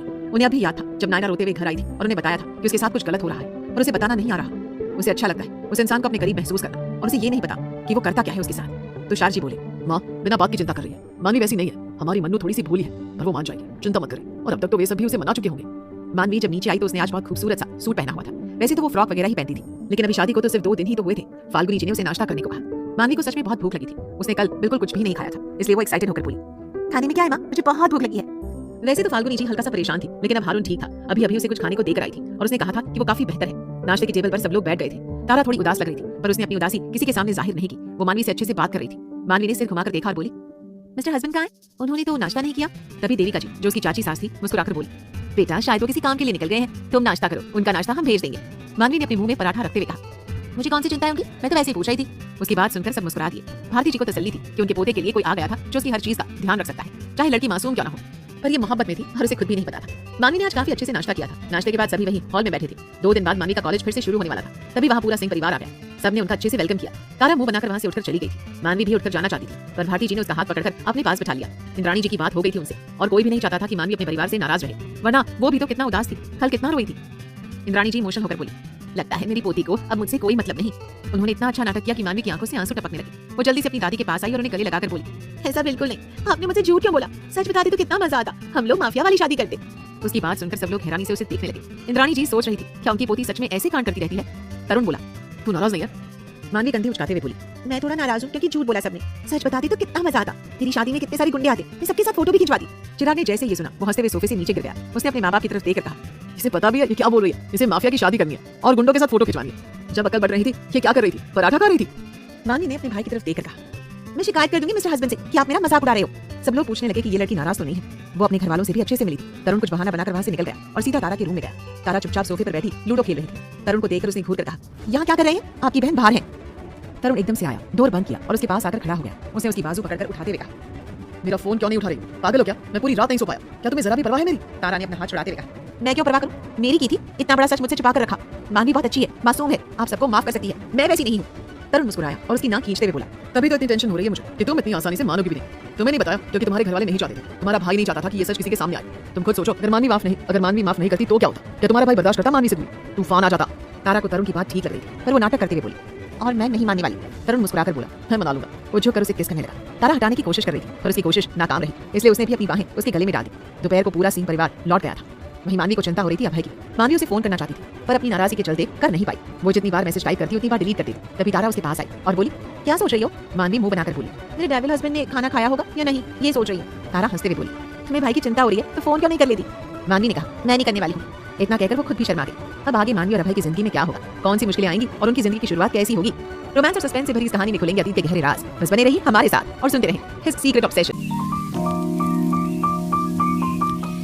दोपहर खत्म हो गई थी, लेकिन मानवी की चिंता बढ़ती जा रही थी। उसे पता नहीं था कि अभय ने खाना खाया होगा या नहीं, क्योंकि वो नाश्ता करके गया ही नहीं था और लंच का भी कुछ पता नहीं था। जब उसे फाल्गुनी जी से पूछा तो उन्होंने भी यही कहा कि मुझे नहीं पता। फाल्गुनी जी ने नाराजगी से कहा, वो कभी भी मेरी बात सुनता नहीं है, अब तुम आगे हो तो खुद ही पूछ लो। मानवी मुंह बनाकर फिर से अपने कमरे में आ गई। शाम होने को आई थी। उसे चिंता तो हो रही थी, लेकिन वो अभय को फोन करने से घबरा रही थी, क्योंकि कहीं न कहीं वो अपनी नाराजगी को जारी रखना चाहती थी। मानवी ने लंबी सांस लेकर तारा की तरफ देखा और कहा, मुझे पता नहीं क्या हो रहा है, मैं क्यों उन खड़ूस सर की चिंता कर रही हूँ जिन्होंने मुझे सुबह से एक मैसेज तक नहीं किया। हाँ। तारा ने उसके सिर पर हल्की सी चपत मारते हुए कहा, अब तुम्हारे पति हैं सर नहीं। मानवी ने मुंह बनाकर कहा, तो फिर मैं क्या करूं? देखो, मुझे एक भी फोन नहीं किया। उन्हें मुझे मनाना चाहिए, पर यहाँ तो वो खुद ही मुंह बनाकर बैठ जाती है। तारा ने हल्का सा मुस्कुराते हुए कहा, जिंदगी में कभी कभी कोई इंसान ऐसा होता है जिसे हमें मनाना पड़ता है। अगर तुम थोड़ा सा मना लोगी तो कुछ जाएगा नहीं। भाई को मैंने कभी खुश नहीं देखा, हमेशा दर्द में देखा है। मुझे नहीं पता उनकी जिंदगी में ऐसा क्या हुआ था कि वो ऐसे बन गए। तारा ने आगे कहा, वो पहले ऐसे नहीं थे, फिर 9 साल पहले उनका एक एक्सीडेंट हुआ था। उसके बाद वो बिल्कुल बदल गए, जैसे किसी पत्थर की तरह सबसे दूर रहने लगे। उनके खाने का तो क्या, किसी को उनके आने का वक्त भी नहीं पता होता। कई बार तो वो महीनों घर नहीं आते, माँ को बहाने बनाकर उन्हें घर बुलाना पड़ता है। तारा की बातें सुनकर मानवी को बहुत दर्द हुआ। उसने उदास होकर कहा, तुम्हें क्या लगता है, क्या मुझे फोन करना चाहिए? तारा ने उसे हाँ कहा और उसके कमरे से चली गई। मानवी ने अभय को फोन लगाया, लेकिन उसका फोन बंद आ रहा था। मानवी ने मोबाइल को देखकर कहा, खड़ूस कहीं के, गुंडे कहीं के, हमेशा फोन बंद रखते हैं, इन्होंने फोन लिया ही क्यों है? जैसे जैसे मानवी को अभय के लिए फीलिंग्स हो रही थी, उसकी चिंता भी बढ़ रही थी। उसने मुंह बनाया और सोचा कि वो अभय के पास जाएगी। वो जल्दी से भागकर नीचे आ गई। उसे फाल्गुनी जी के पास जाकर उनकी साड़ी पकड़ते हुए कहा, माँ, मुझे आपसे बात करनी है। फाल्गुनी जी ने मुस्कुराकर कहा, हाँ बोलो। जहाँ जहाँ फाल्गुनी जी जा रही थी, मानवी भी उनकी साड़ी पकड़कर जा रही थी, जैसे कोई छोटा बच्चा अपनी माँ के पीछे घूमता है। ये सब देखकर भारती जी मुस्कुराकर बोली, अरे पहले बहू की बात तो सुन लो। फाल्गुनी जी ने भी पलटकर देखा तो वो मुस्कुराने से खुद को रोक नहीं पाई। वो सच में एक बहू ऐसी लेकर आई थी जो बच्ची जैसी थी, इसलिए वो भी उससे प्यार से बोली, अच्छा बताओ क्या हुआ है? मानवी ने तुरंत से कहा, मुझे ना जल्दी जल्दी ऑफिस जाना है। उसकी बात सुनकर फाल्गुनी जी ने थोड़ा कंफ्यूज होकर कहा, कौन से ऑफिस जाना है तुम्हें? तुम तो कॉलेज जाया करती हो, भूल गई हो क्या? मानवी ने सिर हिलाते हुए कहा, नहीं नहीं, मुझे इनके ऑफिस जाना है, मिस्टर हस्बैंड के। फाल्गुनी जी और भारती जी हैरान होकर बोली, अभय के ऑफिस? पर तुम तो नाराज हो उससे। मानवी ने सिर झुकाकर कहा, हाँ हाँ, वो तो मैं अभी भी हूँ, फिर मुझे पता नहीं उन्होंने खाना खाया कि नहीं। ऊपर से खड़ूस कुमार ने मेरा फोन भी नहीं उठाया। खड़ूस कुमार? भारती जी हंसते हुए बोली, अच्छा नाम रखा है अपने पति का। मानवी को एहसास हुआ कि उसने क्या कह दिया। उसने अपनी जीभ दांतों तले दबाते हुए कहा, दादी मेरी क्या गलती है, वो खड़ूस है तो मैं क्या करूं? भारती जी मुस्कुरा दी। फाल्गुनी जी प्यार से बोली, अच्छा ऐसे मैं नहीं भेज सकती, वरना वो मुझ पर भी नाराज होगा। मैं तुम्हें किसी के साथ भेज देती हूँ। तभी उनकी नजर हारून पर गई, जो अपने कमरे से निकल रहा था। फाल्गुनी जी ने हारून को देखकर कहा, हारून, अपनी भाभी को अपने भाई के ऑफिस ले जाओ, इसकी चिंता हो रही है कि उसने खाना खाया होगा कि नहीं। हारून की तबीयत अब ठीक थी। वो कंफ्यूज होकर बोला, भाई की चिंता, वो खा लेंगे अगर खाना होगा, वैसे भी हमारे कहने पर वो कब खाते हैं। मानवी ने मुंह बनाकर कहा, मुझे लेकर नहीं जाना तो कोई बात नहीं, नाटक करने की जरूरत नहीं है। वो तो हारून से ऐसे लड़ती थी जैसे वो बचपन से उसे जानती हो। ये देखकर सब लोग मुस्कुराते हैं। हारून 2 कदम पीछे होते हुए बोला, ये तो जंगली बिल्ली की तरह मुझ पर टूट पड़ती है, ये मेरी भाभी कहाँ से लगती है? ऐसा लगता है भाई एक बच्ची को लेकर आए हैं। वो बाहर की तरफ जाकर बोला, अच्छा जल्दी आओ, छोड़ देता हूँ, उसके बाद मुझे कॉन्फ्रेंस के लिए जाना है, मैं फ्री थोड़ी बैठा रहता हूँ। मानवी जल्दी से खुश होकर बोली, चलो चलो। फाल्गुनी जी उसका हाथ पकड़कर बोली, अच्छा खाना तो ले जाओ, फिर वहाँ से क्या दोगी उसे खाने के लिए? वहाँ तो उसका कैंटीन का स्नैक्स वगैरह ही मिलता होगा। मानवी बहुत खुश हो गई थी। भारती जी ने उसे रोकते हुए कहा, जाओ चेंज करके आओ, अच्छे से कपड़े पहनकर आओ। मानवी ने अपनी तरफ देखा और बोली, ये ठीक तो है, मैं चेंज करने नहीं जाऊंगी दादी, बड़ा टाइम लगता है ये सब पहनने में। हाँ। भारती जी कुछ कह ही नहीं पाई, बस मन ही मन सोचने लगी कि इस लड़की का कुछ हो नहीं सकता। हारून के साथ मानवी अभय के ऑफिस की तरफ निकल गई थी। जब हारून बाहर आया तो उसने माइकल को एक मैसेज कर दिया था कि मानवी अभय के ऑफिस आ रही है, क्योंकि अभय ने उसका फोन उठाया नहीं था, स्विच ऑफ था। हारून जानता था कि उसका भाई जरूर कोई गड़बड़ कर रहा होगा। पता चले ऑफिस में कुछ और ही हो रहा हो और मानवी और भी ज्यादा घबरा जाए। माइकल ने ये बात अभय को बता दी थी। उस वक्त अभय बहुत जरूरी मीटिंग में था, लेकिन जब उसे पता चला कि उसकी बीवी आ रही है तो वो बहुत खुश हो गया। 5 मिनट में ही मीटिंग खत्म कर दी। वो अपने ऑफिस में आकर खुद को देख रहा था। सुबह से उसने सच में कुछ नहीं खाया था और जाने कितने कप कॉफी पी लिए थे। अब वो बेसब्री से इंतजार कर रहा था। लगभग आधे घंटे बाद मानवी और हारून अभय के ऑफिस के बाहर खड़े। हारून अंदर नहीं गया क्योंकि उसे कहीं और जाना था, इसलिए उसने माइकल को नीचे बुला लिया। मानवी ने माइकल को देखकर हल्का सा मुस्कुरा दिया। माइकल ने उसे अच्छे से वेलकम किया और फिर उसे ऑफिस की प्राइवेट लिफ्ट से अभय के कैबिन तक ले गया। मानवी का दिल जोर जोर से धड़क रहा था। वो अभय से नाराज थी, फिर भी उसकी फिक्र कर रही थी। शायद यही उसकी मोहब्बत थी जिसका उसे खुद एहसास नहीं था। जब उसने बड़े से कैबिन पर अभय रायजादा लिखा देखा तो उसकी मुस्कान और बढ़ गई। माइकल वहां से चला गया था। मानवी ने एक लंबी सांस ली और दरवाजा खोल दिया। कैबिन का इंटीरियर भी घर के कमरे जैसा ही था। डार्क कलर के पर्दे, ब्राउन कलर का सोफा, हल्की सी लाइट। मानवी को लगा जैसे कोई भूतिया ऑफिस हो। वो अभी समझने की कोशिश कर ही रही थी कि अचानक अभय ने पीछे से उसे अपनी बाहों में भर लिया। अभय ने उसके बालों में अपना चेहरा छुपाते हुए कहा, I really miss you, little wife. मानवी एकदम हैरान रह गई। उसे सोचा नहीं था कि अभय को पहले से पता होगा और वो इस तरह से पीछे से बाहों में भरकर अपनी सांसें उसके गले पर छोड़ देगा। मानवी कुछ नहीं बोली। उसने भी अभय को बहुत मिस किया था, लेकिन वो खामोश रही। उसे समझ नहीं आ रहा था कि क्या कहे। करीब 5-7 मिनट दोनों वैसे ही खड़े रहे। फिर अभय ने उसे अपनी तरफ पलटा कर कहा, आज मैंने पूरा दिन तुम्हें मिस किया। मानवी ने मुंह बनाकर कहा, फोन तो किया नहीं आपने? अभय ने उसकी नाक खींचते हुए कहा, सुबह मेरी बीवी कह रही थी वो मुझसे नाराज है, तो मुझे लगा वो मुझे फोन करेगी। मानवी उससे थोड़े दूर होकर लंच बॉक्स टेबल पर रखते हुए बोली, जो नाराज होता है उसे मनाते हैं, ना कि वो आपको मनाता है, कुंडे कहीं के। उसे ये बहुत धीरे से कहा था, लेकिन अभय ने सुन लिया। उसे कुछ नहीं कहा, बस मन ही मन सोचा कि उसकी लिटिल वाइफ एक हद से ज्यादा पागल है। अभय जाकर सोफे पर बैठ गया, क्योंकि आज पहली बार उसकी बीवी उसके लिए लंच लेकर आई थी। मानवी प्लेट में खाना लगा रही थी। ये अलग बात थी कि उसने थोड़ा सा खाना टेबल पर गिरा भी दिया था और उसे देखकर वो घबरा भी रही थी। उसे अच्छे से खाना लगाना नहीं आता था, लेकिन अभय ने कुछ नहीं कहा। अगर ये कोई और करता तो शायद उसकी हालत खराब हो जाती। मानवी ने खाना लगाकर अभय के सामने प्लेट रखते हुए कहा, जल्दी जल्दी खाइए। अभय ने प्लेट वहीं रखकर कहा, इसे खाने से क्या होगा, मैं तो तुम्हें खाना चाहता हूँ। अभय फ्लर्ट कर रहा था, तो मानवी ने उसकी चेस्ट पर हाथ रखकर उसे दूर करते हुए कहा, नहीं पहले खाना खाओ, मैं इतनी दूर से लेकर आई हूँ, ठंडा हो जाएगा। वो इतने प्यार से कह रही थी कि अभय खुद को रोक नहीं पाया। उसने प्लेट उठा ली और पहली बाइट उसकी तरफ बढ़ाते हुए कहा, तुम भी खाओ। मानवी चुपचाप से वो निवाला खा लेती थी। वैसे तो वो खाकर ही आई थी, लेकिन अभय को रोकने का उसका बिल्कुल भी मन नहीं था। वो शांति से अभय के पास बैठी रही। अभय ने भी आराम से अपना खाना खाया। शायद सच में उसे भूख लगी थी, लेकिन अभय के चेहरे पर छुपा हुआ दर्द साफ नजर आ रहा था। उसके मन में कुछ ऐसा था जिसे वो मानवी से छुपाने की कोशिश कर रहा था। उसे डर था कि कहीं उसकी कुछ पुरानी गलतियां या राज मानवी के सामने ना आ जाए, ऐसी बातें जो शायद मानवी को हमेशा के लिए उसे दूर कर सकती थी। अभय कौन सा राज मानवी से छुपा रहा है? मानवी को जब अभय का राज पता चलेगा तो क्या होगा? रोमांस और सस्पेंस से भरी इस कहानी में खुलेंगे अतीत के गहरे राज। बस बने रहिए हमारे साथ और सुनते रहिए हिज सीक्रेट ऑब्सेशन। मानवी चुपचाप अभय का दिया निवाला खा लेती थी। वैसे तो वो खाकर ही आई थी, लेकिन अभय को रोकने का मन नहीं हुआ था। मानवी शांति से उसके पास बैठी रही। अभय ने आराम से अपना खाना खाया। शायद सच में उसे भूख लगी थी। उसे एहसास नहीं था कि वो दर्द में था। कुछ ऐसी चीजें थी जो वो मानवी से छुपाने की कोशिश कर रहा था। उसे डर था कि कहीं वो कभी मानवी के सामने ना आ जाए। उसकी कुछ ऐसी गलतियां जो मानवी को हमेशा के लिए उसे दूर कर सकती थी। खाने के बाद उसने प्लेट वहीं रख दी। मानवी सब कुछ समेटने की कोशिश कर रही थी, लेकिन अभय ने उसे पकड़ लिया और अपनी गोद में बिठाकर बहुत प्यार से कहा, अब भी नाराज हो मुझसे? आमतौर पर उसकी आवाज ठंडी होती थी, जो मानवी को घबराने पर मजबूर कर देती थी, लेकिन इस बार उसमें प्यार था। मानवी ने सिर झुकाकर कहा, मुझे नहीं पता, पर मुझे आपकी चिंता थी। आपको मुझे मनाना चाहिए, जैसे बहुत सारे गिफ्ट देकर और बहुत सारी चीजें खिलाकर। आप एक नंबर के खड़ूस हो। रूम में एक भी लेस और कुरकुरे का पैकेट तक नहीं है। अभय ने हैरानी से कहा, ये सब क्या होता है? मानवी ने घूरते हुए कहा, खाना होता है और क्या, कोई भी चॉकलेट तक नहीं रखी कमरे में। कैसा कमरा है? इतने बड़े ऑफिस में बैठे हो, क्या पैसे नहीं है? अभय ने उसकी कमर पर चुटकी काटते हुए कहा, तुम्हें क्या पता, तुम क्या बोल रही हो? तुम्हें पता भी है मैं कितना अमीर हूँ? मानवी ने जल्दी से कहा, तो प्रॉमिस करो मैं अपनी नाराजगी खत्म कर दूंगी। खाने पीने की सारी चीजें कमरे में रखवा दोगे। मुझे भूख लगती रहती है, बार बार नीचे जाना पड़ता है। अभय ने घूर कर कहा, बिल्कुल नहीं, ऐसा कुछ भी नहीं मिलने वाला। खाने को अच्छी चीजें खाया करो, तुम्हें एनर्जी की जरूरत है। उसने धीरे से उसके कान में कहा, ताकि आगे जाकर तुम मुझे बर्दाश्त कर सको पूरी पूरी रात। मानवी को अभय की बात सुनकर थोड़ी शर्म आ गई। वे लोग ऑफिस में थे। मानवी ने खुद को दूर करते हुए कहा, मुझे घर जाना है और आते वक्त मेरी सारी खाने की चीजें लेकर आना। उसने एक पर्ची निकालकर टेबल पर रख दी, जिसमें उसके सारे स्नैक्स और चॉकलेट्स की लिस्ट थी। अभय मना नहीं कर पा रहा था, भले ही उसे पसंद हो या ना हो, लेकिन मानवी को ये पसंद है और उसकी खुशी के लिए वो ले आएगा। यही सोचकर उसने उसे एकदम से उठा लिया। मानवी ने कहा, ये क्या कर रहे हैं? वो उसे कैबिन में बने बेडरूम में ले गया और बोला, अभी बताता हूँ तुम्हें, अपनी लिस्ट की चीज चाहिए ना? मानवी ने जल्दी से कहा, हाँ हाँ चाहिए मुझे। उसने मासूमियत से कहा था, लेकिन अभय के मन में शैतानी थी। उसने मुस्कुराकर कहा, तो मुझे तुम्हें खाने दो। इतना कहकर उसे रूम में ले गया, जो उसके कैबिन में ही बना हुआ था। मानवी समझ गई थी कि वो क्या सोच रहा है और वो बिल्कुल ये नहीं करेगी। अभी उसकी नाराजगी दूर थोड़ी हुई है, वो तो अभय को और तंग करेगी। वो मना करते हुए बोली, मुझे तो घर जाना है, माँ दादी इंतजार कर रही होंगी। अभय उसकी बातें सुनने के मूड में था ही कहा। उसने उसे बेड पर लेटाते हुए कहा, कोई बात नहीं, शाम को साथ में घर चलेंगे। उसने डोर बंद किया। मानवी घबराकर बोली, नहीं मुझे नहीं करना कुछ भी, आप बहुत ज्यादा अपने दांत कटाते हैं, मुझे दुखता है फिर। पर अभय को उसकी बातों का कोई खास असर नहीं था। उसने लगभग उसे लिटाकर उसके ऊपर आते हुए कहा, लिटिल वाइफ, अपने हस्बैंड को थोड़ा प्यार करने दो, तुम्हें अच्छा लगेगा। अभय की आवाज इतनी ज्यादा शांत थी कि मानवी डर रही थी। जब भी वो उसके करीब आता था वो बहुत वाइल्ड हो जाता था। हमेशा उनकी मोहब्बत बीच में ही रुक जाती थी। उनका प्यार हद तक पहुंच नहीं पाता था। कभी ना कभी तो ये होगा ही, मानवी जानती थी, पर अब भी नहीं। वे लोग ऑफिस में थे। अभय अपना हाथ उसके कपड़ों के अंदर ले जाता हुआ बोला, कोऑपरेट करो लिटिल वाइफ, हाथ पर मारने से कुछ नहीं होगा।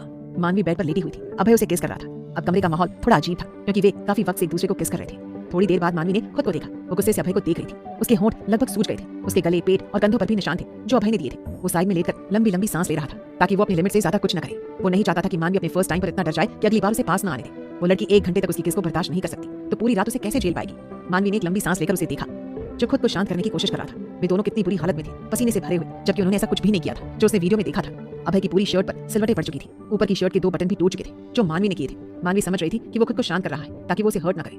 मानवी को ये बहुत अच्छा लग रहा था। वो अचानक उसे गले लगकर बोली, मुझे घर जाना है, मुझे अच्छा नहीं लग रहा। अभय समझ रहा था एक लड़की के लिए बहुत मुश्किल होता है पूरी तरह किसी को खुद को सौंपना। शायद उसे वक्त लग रहा था। उधर हारून अपनी मीटिंग में था। यहाँ के सबसे शानदार होटल में मीटिंग रखी गई थी। मीटिंग के बाद वो अपने कमरे से निकला और अपने साथ वाले बिजनेसमैन से हाथ मिलाकर वहां से विदा ले ली। वो बिजनेसमैन मुस्कुराकर बोला, आपको तो म्यूजिक की इतनी अच्छी समझ है, आप म्यूजिक इंडस्ट्री में इतने अच्छे से काम कर रहे हैं। मैं आज आपको किसी से मिलवाना चाहता हूँ। वैसे तो मुझे नहीं पता आपको अच्छा लगेगा या नहीं, पर बड़ी चीजों में ये चलता है, स्पेशली बिजनेस की पार्टी में। आज रात को हमने एक पार्टी रखी है, मुझे उम्मीद है आप उसमें जरूर आएंगे। उस पार्टी में मैं आपको किसी से मिलवाना चाहता हूँ। हारून मना करते हुए बोला, नहीं इसकी जरूरत नहीं है, क्योंकि हारून समझ गया था कि बिजनेसमैन का इशारा किसी लड़की की तरफ था। ज्यादातर बिजनेसमैन मीटिंग पाने के लिए दूसरे बिजनेसमैन को अपने पक्ष में करने की कोशिश करते थे, कभी गिफ्ट देकर तो कभी किसी लड़की को ऑफर करके। ये बड़े लोगों के बीच आम बात थी, लेकिन हारून सबसे दूर था। वो तो सिर्फ आराध्या से प्यार करता था, जो पिछले 9 सालों से गायब थी और जिसकी कोई खबर नहीं थी। हारून अब बिजनेसमैन बन चुका था। उसे साफ कहा कि वो ऐसा कुछ भी नहीं करेगा जिससे उसे बुरा लगे। बिजनेसमैन ने समझाया कि वो बस किसी से मिलवाना चाहता है, इसलिए हारून को हाँ करनी पड़ी। वे दोनों वहां से एक बार की तरफ निकल गए जहाँ बिजनेसमैन उसे किसी से मिलवाना चाहता था। हारून को ये सब अच्छा नहीं लग रहा था, लेकिन मीटिंग जरूरी थी और सामने वाला इंसान भी कोई मामूली नहीं था।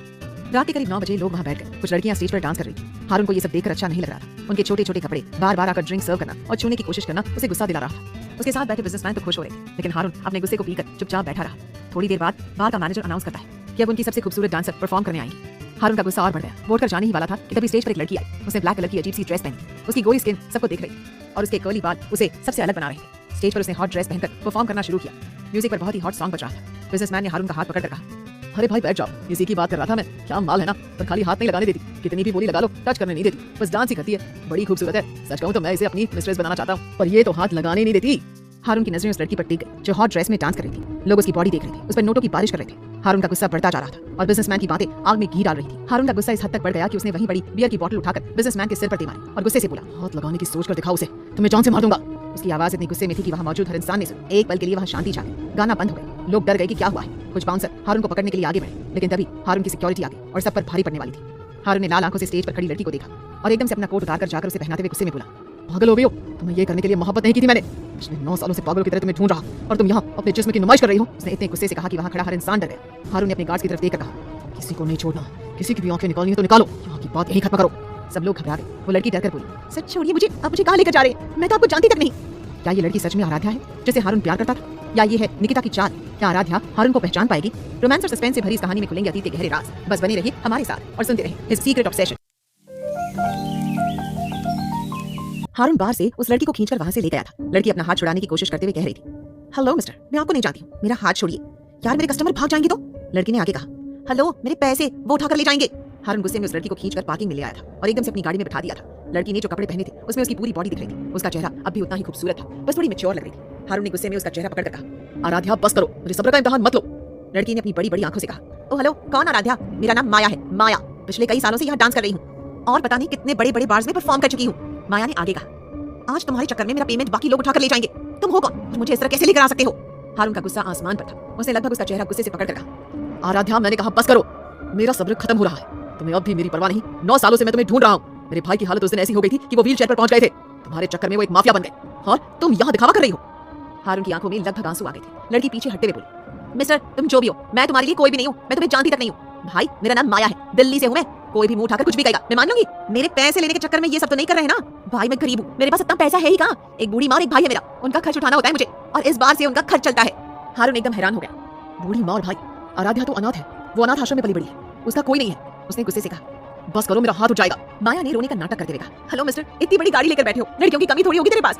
भाई मुझे जाने दे तो। क्यों नहीं समझता? अगर मेरे मैनेजर को पता चला ना तो मेरी नौकरी चली जाएगी। इतना अच्छा बार दोबारा नहीं मिलेगा। यहाँ एक बार डांस करने के 30,000 मिल जाते हैं। मेरा पूरा महीना अच्छा चल जाता है, सारा पेमेंट दूसरे उठाकर ले जाएंगे। हारून ने ड्राइवर की तरफ देखकर कहा, घर चलो और गाड़ी एक भी बार मत रोकना, चाहे कुछ भी हो जाए। उसे अपना फोन निकाला और अभय को कॉल किया, जो इस वक्त मानवी के साथ बिजी था। अभय और मानवी दूसरे की बाहों में लेटे हुए थे। अभय बार बार फोन बजने से डिस्टर्ब हो रहा था। उसे फोन उठाया, सामने हारून था। उसे हैरानी हुई कि उसका भाई उसे फोन कर रहा है, लेकिन उसने उठा लिया। दूसरी तरफ से हारून की रोती हुई आवाज आई, भाई वो मिल गई, भाई आराध्या मिल गई, मैं उसे घर लेकर आ रहा हूँ, हाँ प्लीज आ जाओ, वो अजीब बातें कर रही है। एकदम से अभय की आंखें ठंडी हो गई थी, वो लाली से भर गई थी। उसने फोन काटकर मानवी की तरफ देखकर कहा, चलो घर चलते हैं। मानवी हैरान हो गई थी, वो कब से घर जाने को कह रही थी और ये लड़का उसके साथ फ्लर्ट कर रहा था, और अब एकदम से इतनी ठंडी आवाज में क्यों कह रहा था? 15 मिनट बाद वे लोग कार में थे, बिल्कुल ठीक ठाक। अभय ने मानवी का हाथ पकड़ा हुआ था। मानवी समझने की कोशिश कर रही थी कि क्या कुछ हुआ है जो उसे समझ नहीं आ रहा था। वहीं दूसरी कार में हारून उस लड़की का हाथ कसकर पकड़े हुए था। माया रोते हुए कहती रही, अरे मेरा हाथ छोड़ो यार, तुम हो कौन? मैं पुलिस को बुलाऊंगी, मैं बार डांसर हूँ, इसका मतलब ये नहीं कि तुम मुझे उठाकर घर ले जाओ। यार मैं वैसी लड़की नहीं हूँ, मैं सिर्फ डांस करती हूँ, लोगों को सोने के लिए नहीं कहती अपने साथ। मेरा हाथ छोड़ो यार, मुझे घर जाना है। अगर मैं लेट पहुंची तो मेरी माँ गुस्सा करेगी, वैसे भी वो मुझ पर बहुत ज्यादा भड़कती है। पर हारून पर कोई असर नहीं था, उसे उसका हाथ छोड़ने का नाम नहीं लिया। वे लोग वहां से सीधे घर जा रहे थे। अभय और मानवी जल्दी पहुंच गए थे क्योंकि उनके ऑफिस पास में थे। 30 मिनट बाद वे लोग घर थे। पूरे घर वाले हॉल में बैठे थे। अभय और मानवी को साथ देखकर सब मुस्कुराकर बोले, कैसा लगा अभय का ऑफिस? मानवी अभय का हाथ छोड़कर जल्दी से फाल्गुनी जी के पास जाकर बोली, बहुत बड़ा है माँ, मैं तो पहली बार देखी, कितनी सारी बिल्डिंग है वहाँ पर, बड़ी बड़ी, पर इनका कमरा तो वैसा ही है, काला का काला। उसने ऐसे ही कह दिया। अभय ने कुछ नहीं कहा, वो वहीं सबसे बड़े सोफे पर बैठ गया। भास्कर जी की आंखें ठंडी हो गई थी। अभय जब भी यहाँ बैठता है तूफान आता है। उन्हें अंदाजा था कुछ बुरा हुआ है और वो कुछ कह नहीं पाए। उन्होंने मानवी की तरफ देखकर कहा, बेटा तुम्हें तारा के पास जाना चाहिए, वो तुम्हें कब से मिस कर रही है। शायद वो मानवी के सामने बात करने से झिझक रही थी। मानवी उछलते हुए वहां से भाग गई। फाल्गुनी किचन में जाते हुए बोली, मैं सबकी कॉफी लेकर आती हूँ। भास्कर जी ने अपनी ठंडी आंखों से अपने पोते अभय को देखा और बोले, क्या हुआ है? अभय ने अपनी सिगरेट जलाते हुए कहा, आराध्या मिल गई। एकदम से पूरे हॉल में शांति छा गई। अभय के पिता जो फोन में कुछ देख रहे थे, उन्होंने अपना फोन साइड में रखते हुए कहा, ये सही नहीं है, अब हारून सच जान जाएगा। अभय मुस्कुराया और बोला, ये तो अच्छा है ना कि वो सब जान जाएगा। ओम जी गुस्से में बोले, तो तुम्हारा सच भी बाहर आ जाएगा, तुम छुप कर नहीं रह पाओगे। मानवी को बता पाओगे अपने अतीत के बारे में। अभय की आंखें और भी ज्यादा लाल हो गई। उसे सिगरेट फेंकते हुए कहा, मेरा इम्तिहान लेना बंद करिए ओम रायजादा। 9 साल पहले मैंने दफन कर दिया था हर रिश्ते को। मेरी बीवी को किसी रिश्ते के बीच लाने की कोशिश मत करना। मैं यहाँ हूँ क्योंकि वो यहाँ रहना चाहती है, वरना मैं यहाँ कितनी बार आता हूँ आप सबको पता है। अभय की दादी नाराज होकर बोली, बस करो, क्या उस बच्ची को तमाशा दिखाना चाहती हो? जब से आई है बस यही सब कुछ हो रहा है। अभय ने लंबी सांस लेकर अपनी दादी की तरफ देखा और कहा, उसका कंपैरिजन किसी से मत किया जाए, मैं बर्दाश्त नहीं करूंगा। आराध्या आ रही है तो हारून के सामने चुप्पी ही रखना आप सर, कोई फालतू बात उसके सामने नहीं होनी चाहिए।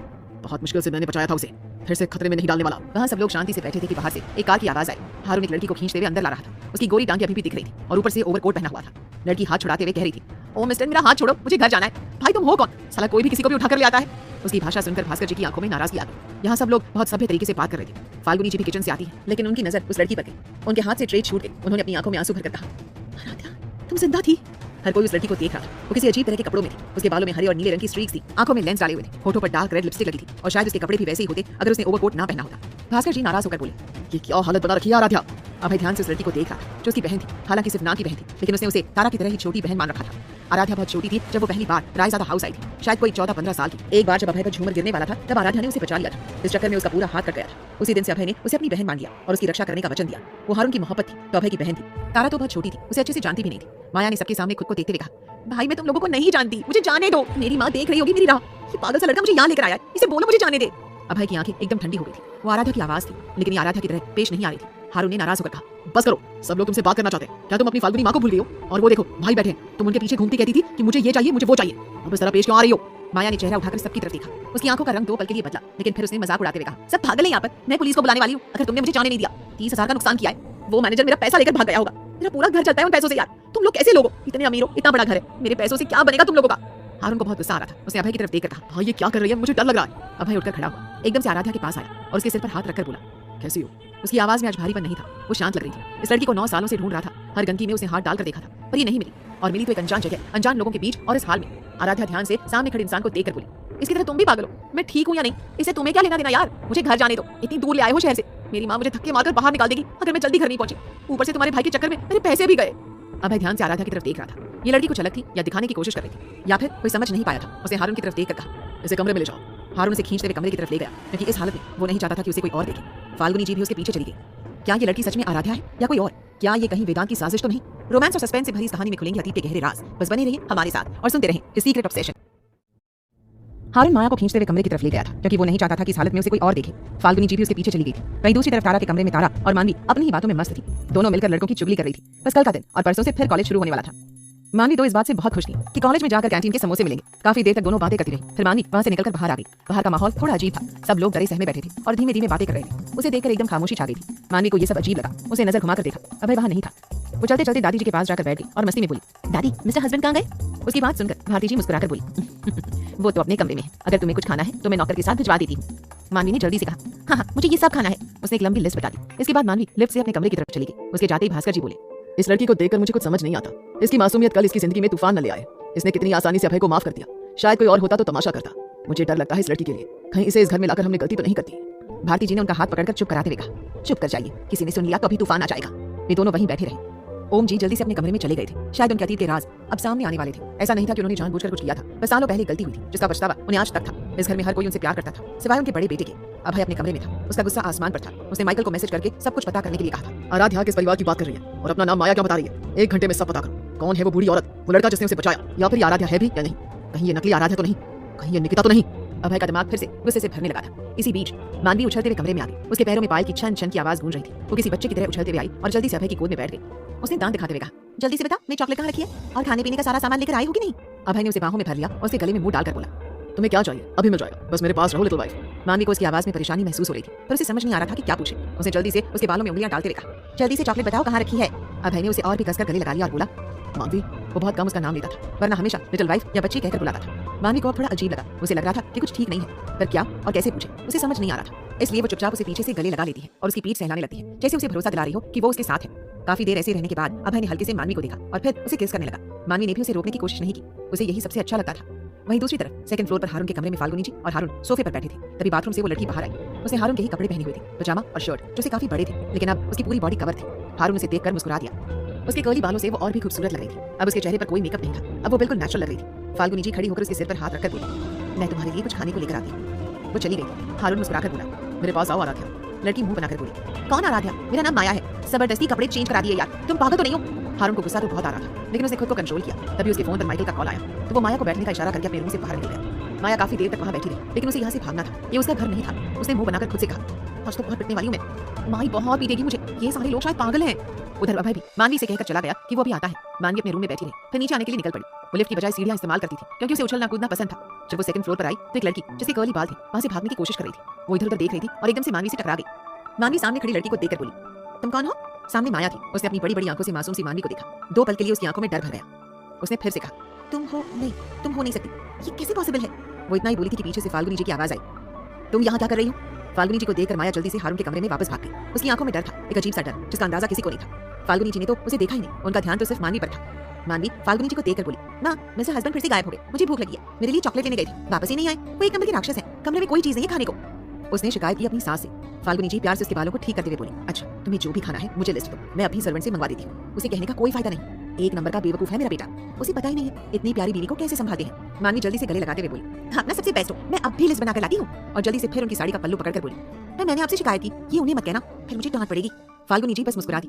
मानवी फिर से अपने कमरे में आ गई थी ताकि वो लिस्ट बना सके। स्टडी टेबल से जल्दी से पेन ले लिया और फिर कुछ लिखने के लिए कोई कॉपी या कुछ ढूंढने लगी। 5-7 मिनट बाद उसे एक डायरी मिल गई। उसने डायरी उठा ली। जैसे डायरी खोली उसमें कुछ लिखा हुआ था। उसने हैरानी से देखा, वो डायरी करीब 9 साल पुरानी थी। मानवी ने मुंह बनाकर कहा, इतनी पुरानी डायरी? वो ध्यान से उसके पन्ने पलटने लगी। बहुत खूबसूरत पेंटिंग्स बनी हुई थी, लेकिन आखिरी में एक पेंटिंग थी जिसे देखकर मानवी का चेहरा थोड़ा अजीब हो गया। उसने हैरान होकर कहा, ये कैसे पॉसिबल है? और उसने ज्यादा सोचा नहीं क्योंकि उसके दिमाग में ये सब आया ही नहीं था। उसने लास्ट वाला पन्ना देखा, वो खाली था। उसने उसे फाड़ा और अपनी लिस्ट लिखने लगी, जो सामान उसे चाहिए था। मानवी को पता ही नहीं था कि सच उसके सामने था और उसे समझना कैसे। अभय को भी अंदाजा नहीं था कि ये गलती ने क्या बिगाड़ दिया था। वो सोच भी नहीं सकता था कि उसकी बीवी किस हद तक जा सकती है। वहीं नीचे स्टडी रूम में हारून परेशानी से बोला, मतलब ये आराध्या ही है? माइकल थोड़ा परेशान होकर बोला, हमने उसकी माँ और भाई से सब पता किया है, वो लोग उसका परिवार नहीं है। माइकल ने हारून को बताया, 9 साल पहले ये लड़की बहुत ही बुरी हालत में मिली थी, किसी सरकारी अस्पताल में। 5 साल तक कोमा में रही। उसके बाद जब होश आया तो ये लोग उसे वहां से ले आए। उसका जो भाई है वो दिल का मरीज है, इसलिए शायद ये लड़की बार में डांस करती है ताकि अपने भाई की जिंदगी बचा सके। और वो जो बूढ़ी औरत है जिसे वो माँ कहती है, वो थोड़ी चालाक है, उसे सिर्फ पैसों से मतलब है। उसने झूठ बोला था कि वो इसकी फैमिली है, लेकिन जब हमने थोड़ा डराया धमकाया तो उसने सच बता दिया। माइकल ने आगे बताया, उस बूढ़ी औरत के हिसाब से इस लड़की को अपनी मेमोरी याद नहीं है। अब क्या करना है, क्योंकि ये आराध्या है ये कंफर्म है। अभय ने अपनी सिगरेट फेंकते हुए कहा, उस लड़के का ट्रीटमेंट कराओ, जितना पैसा चाहिए तो, लेकिन मामले को यही रफा दफा करो। मीडिया में आराध्या की बात नहीं आनी चाहिए। Like, comment, subscribe for more episodes.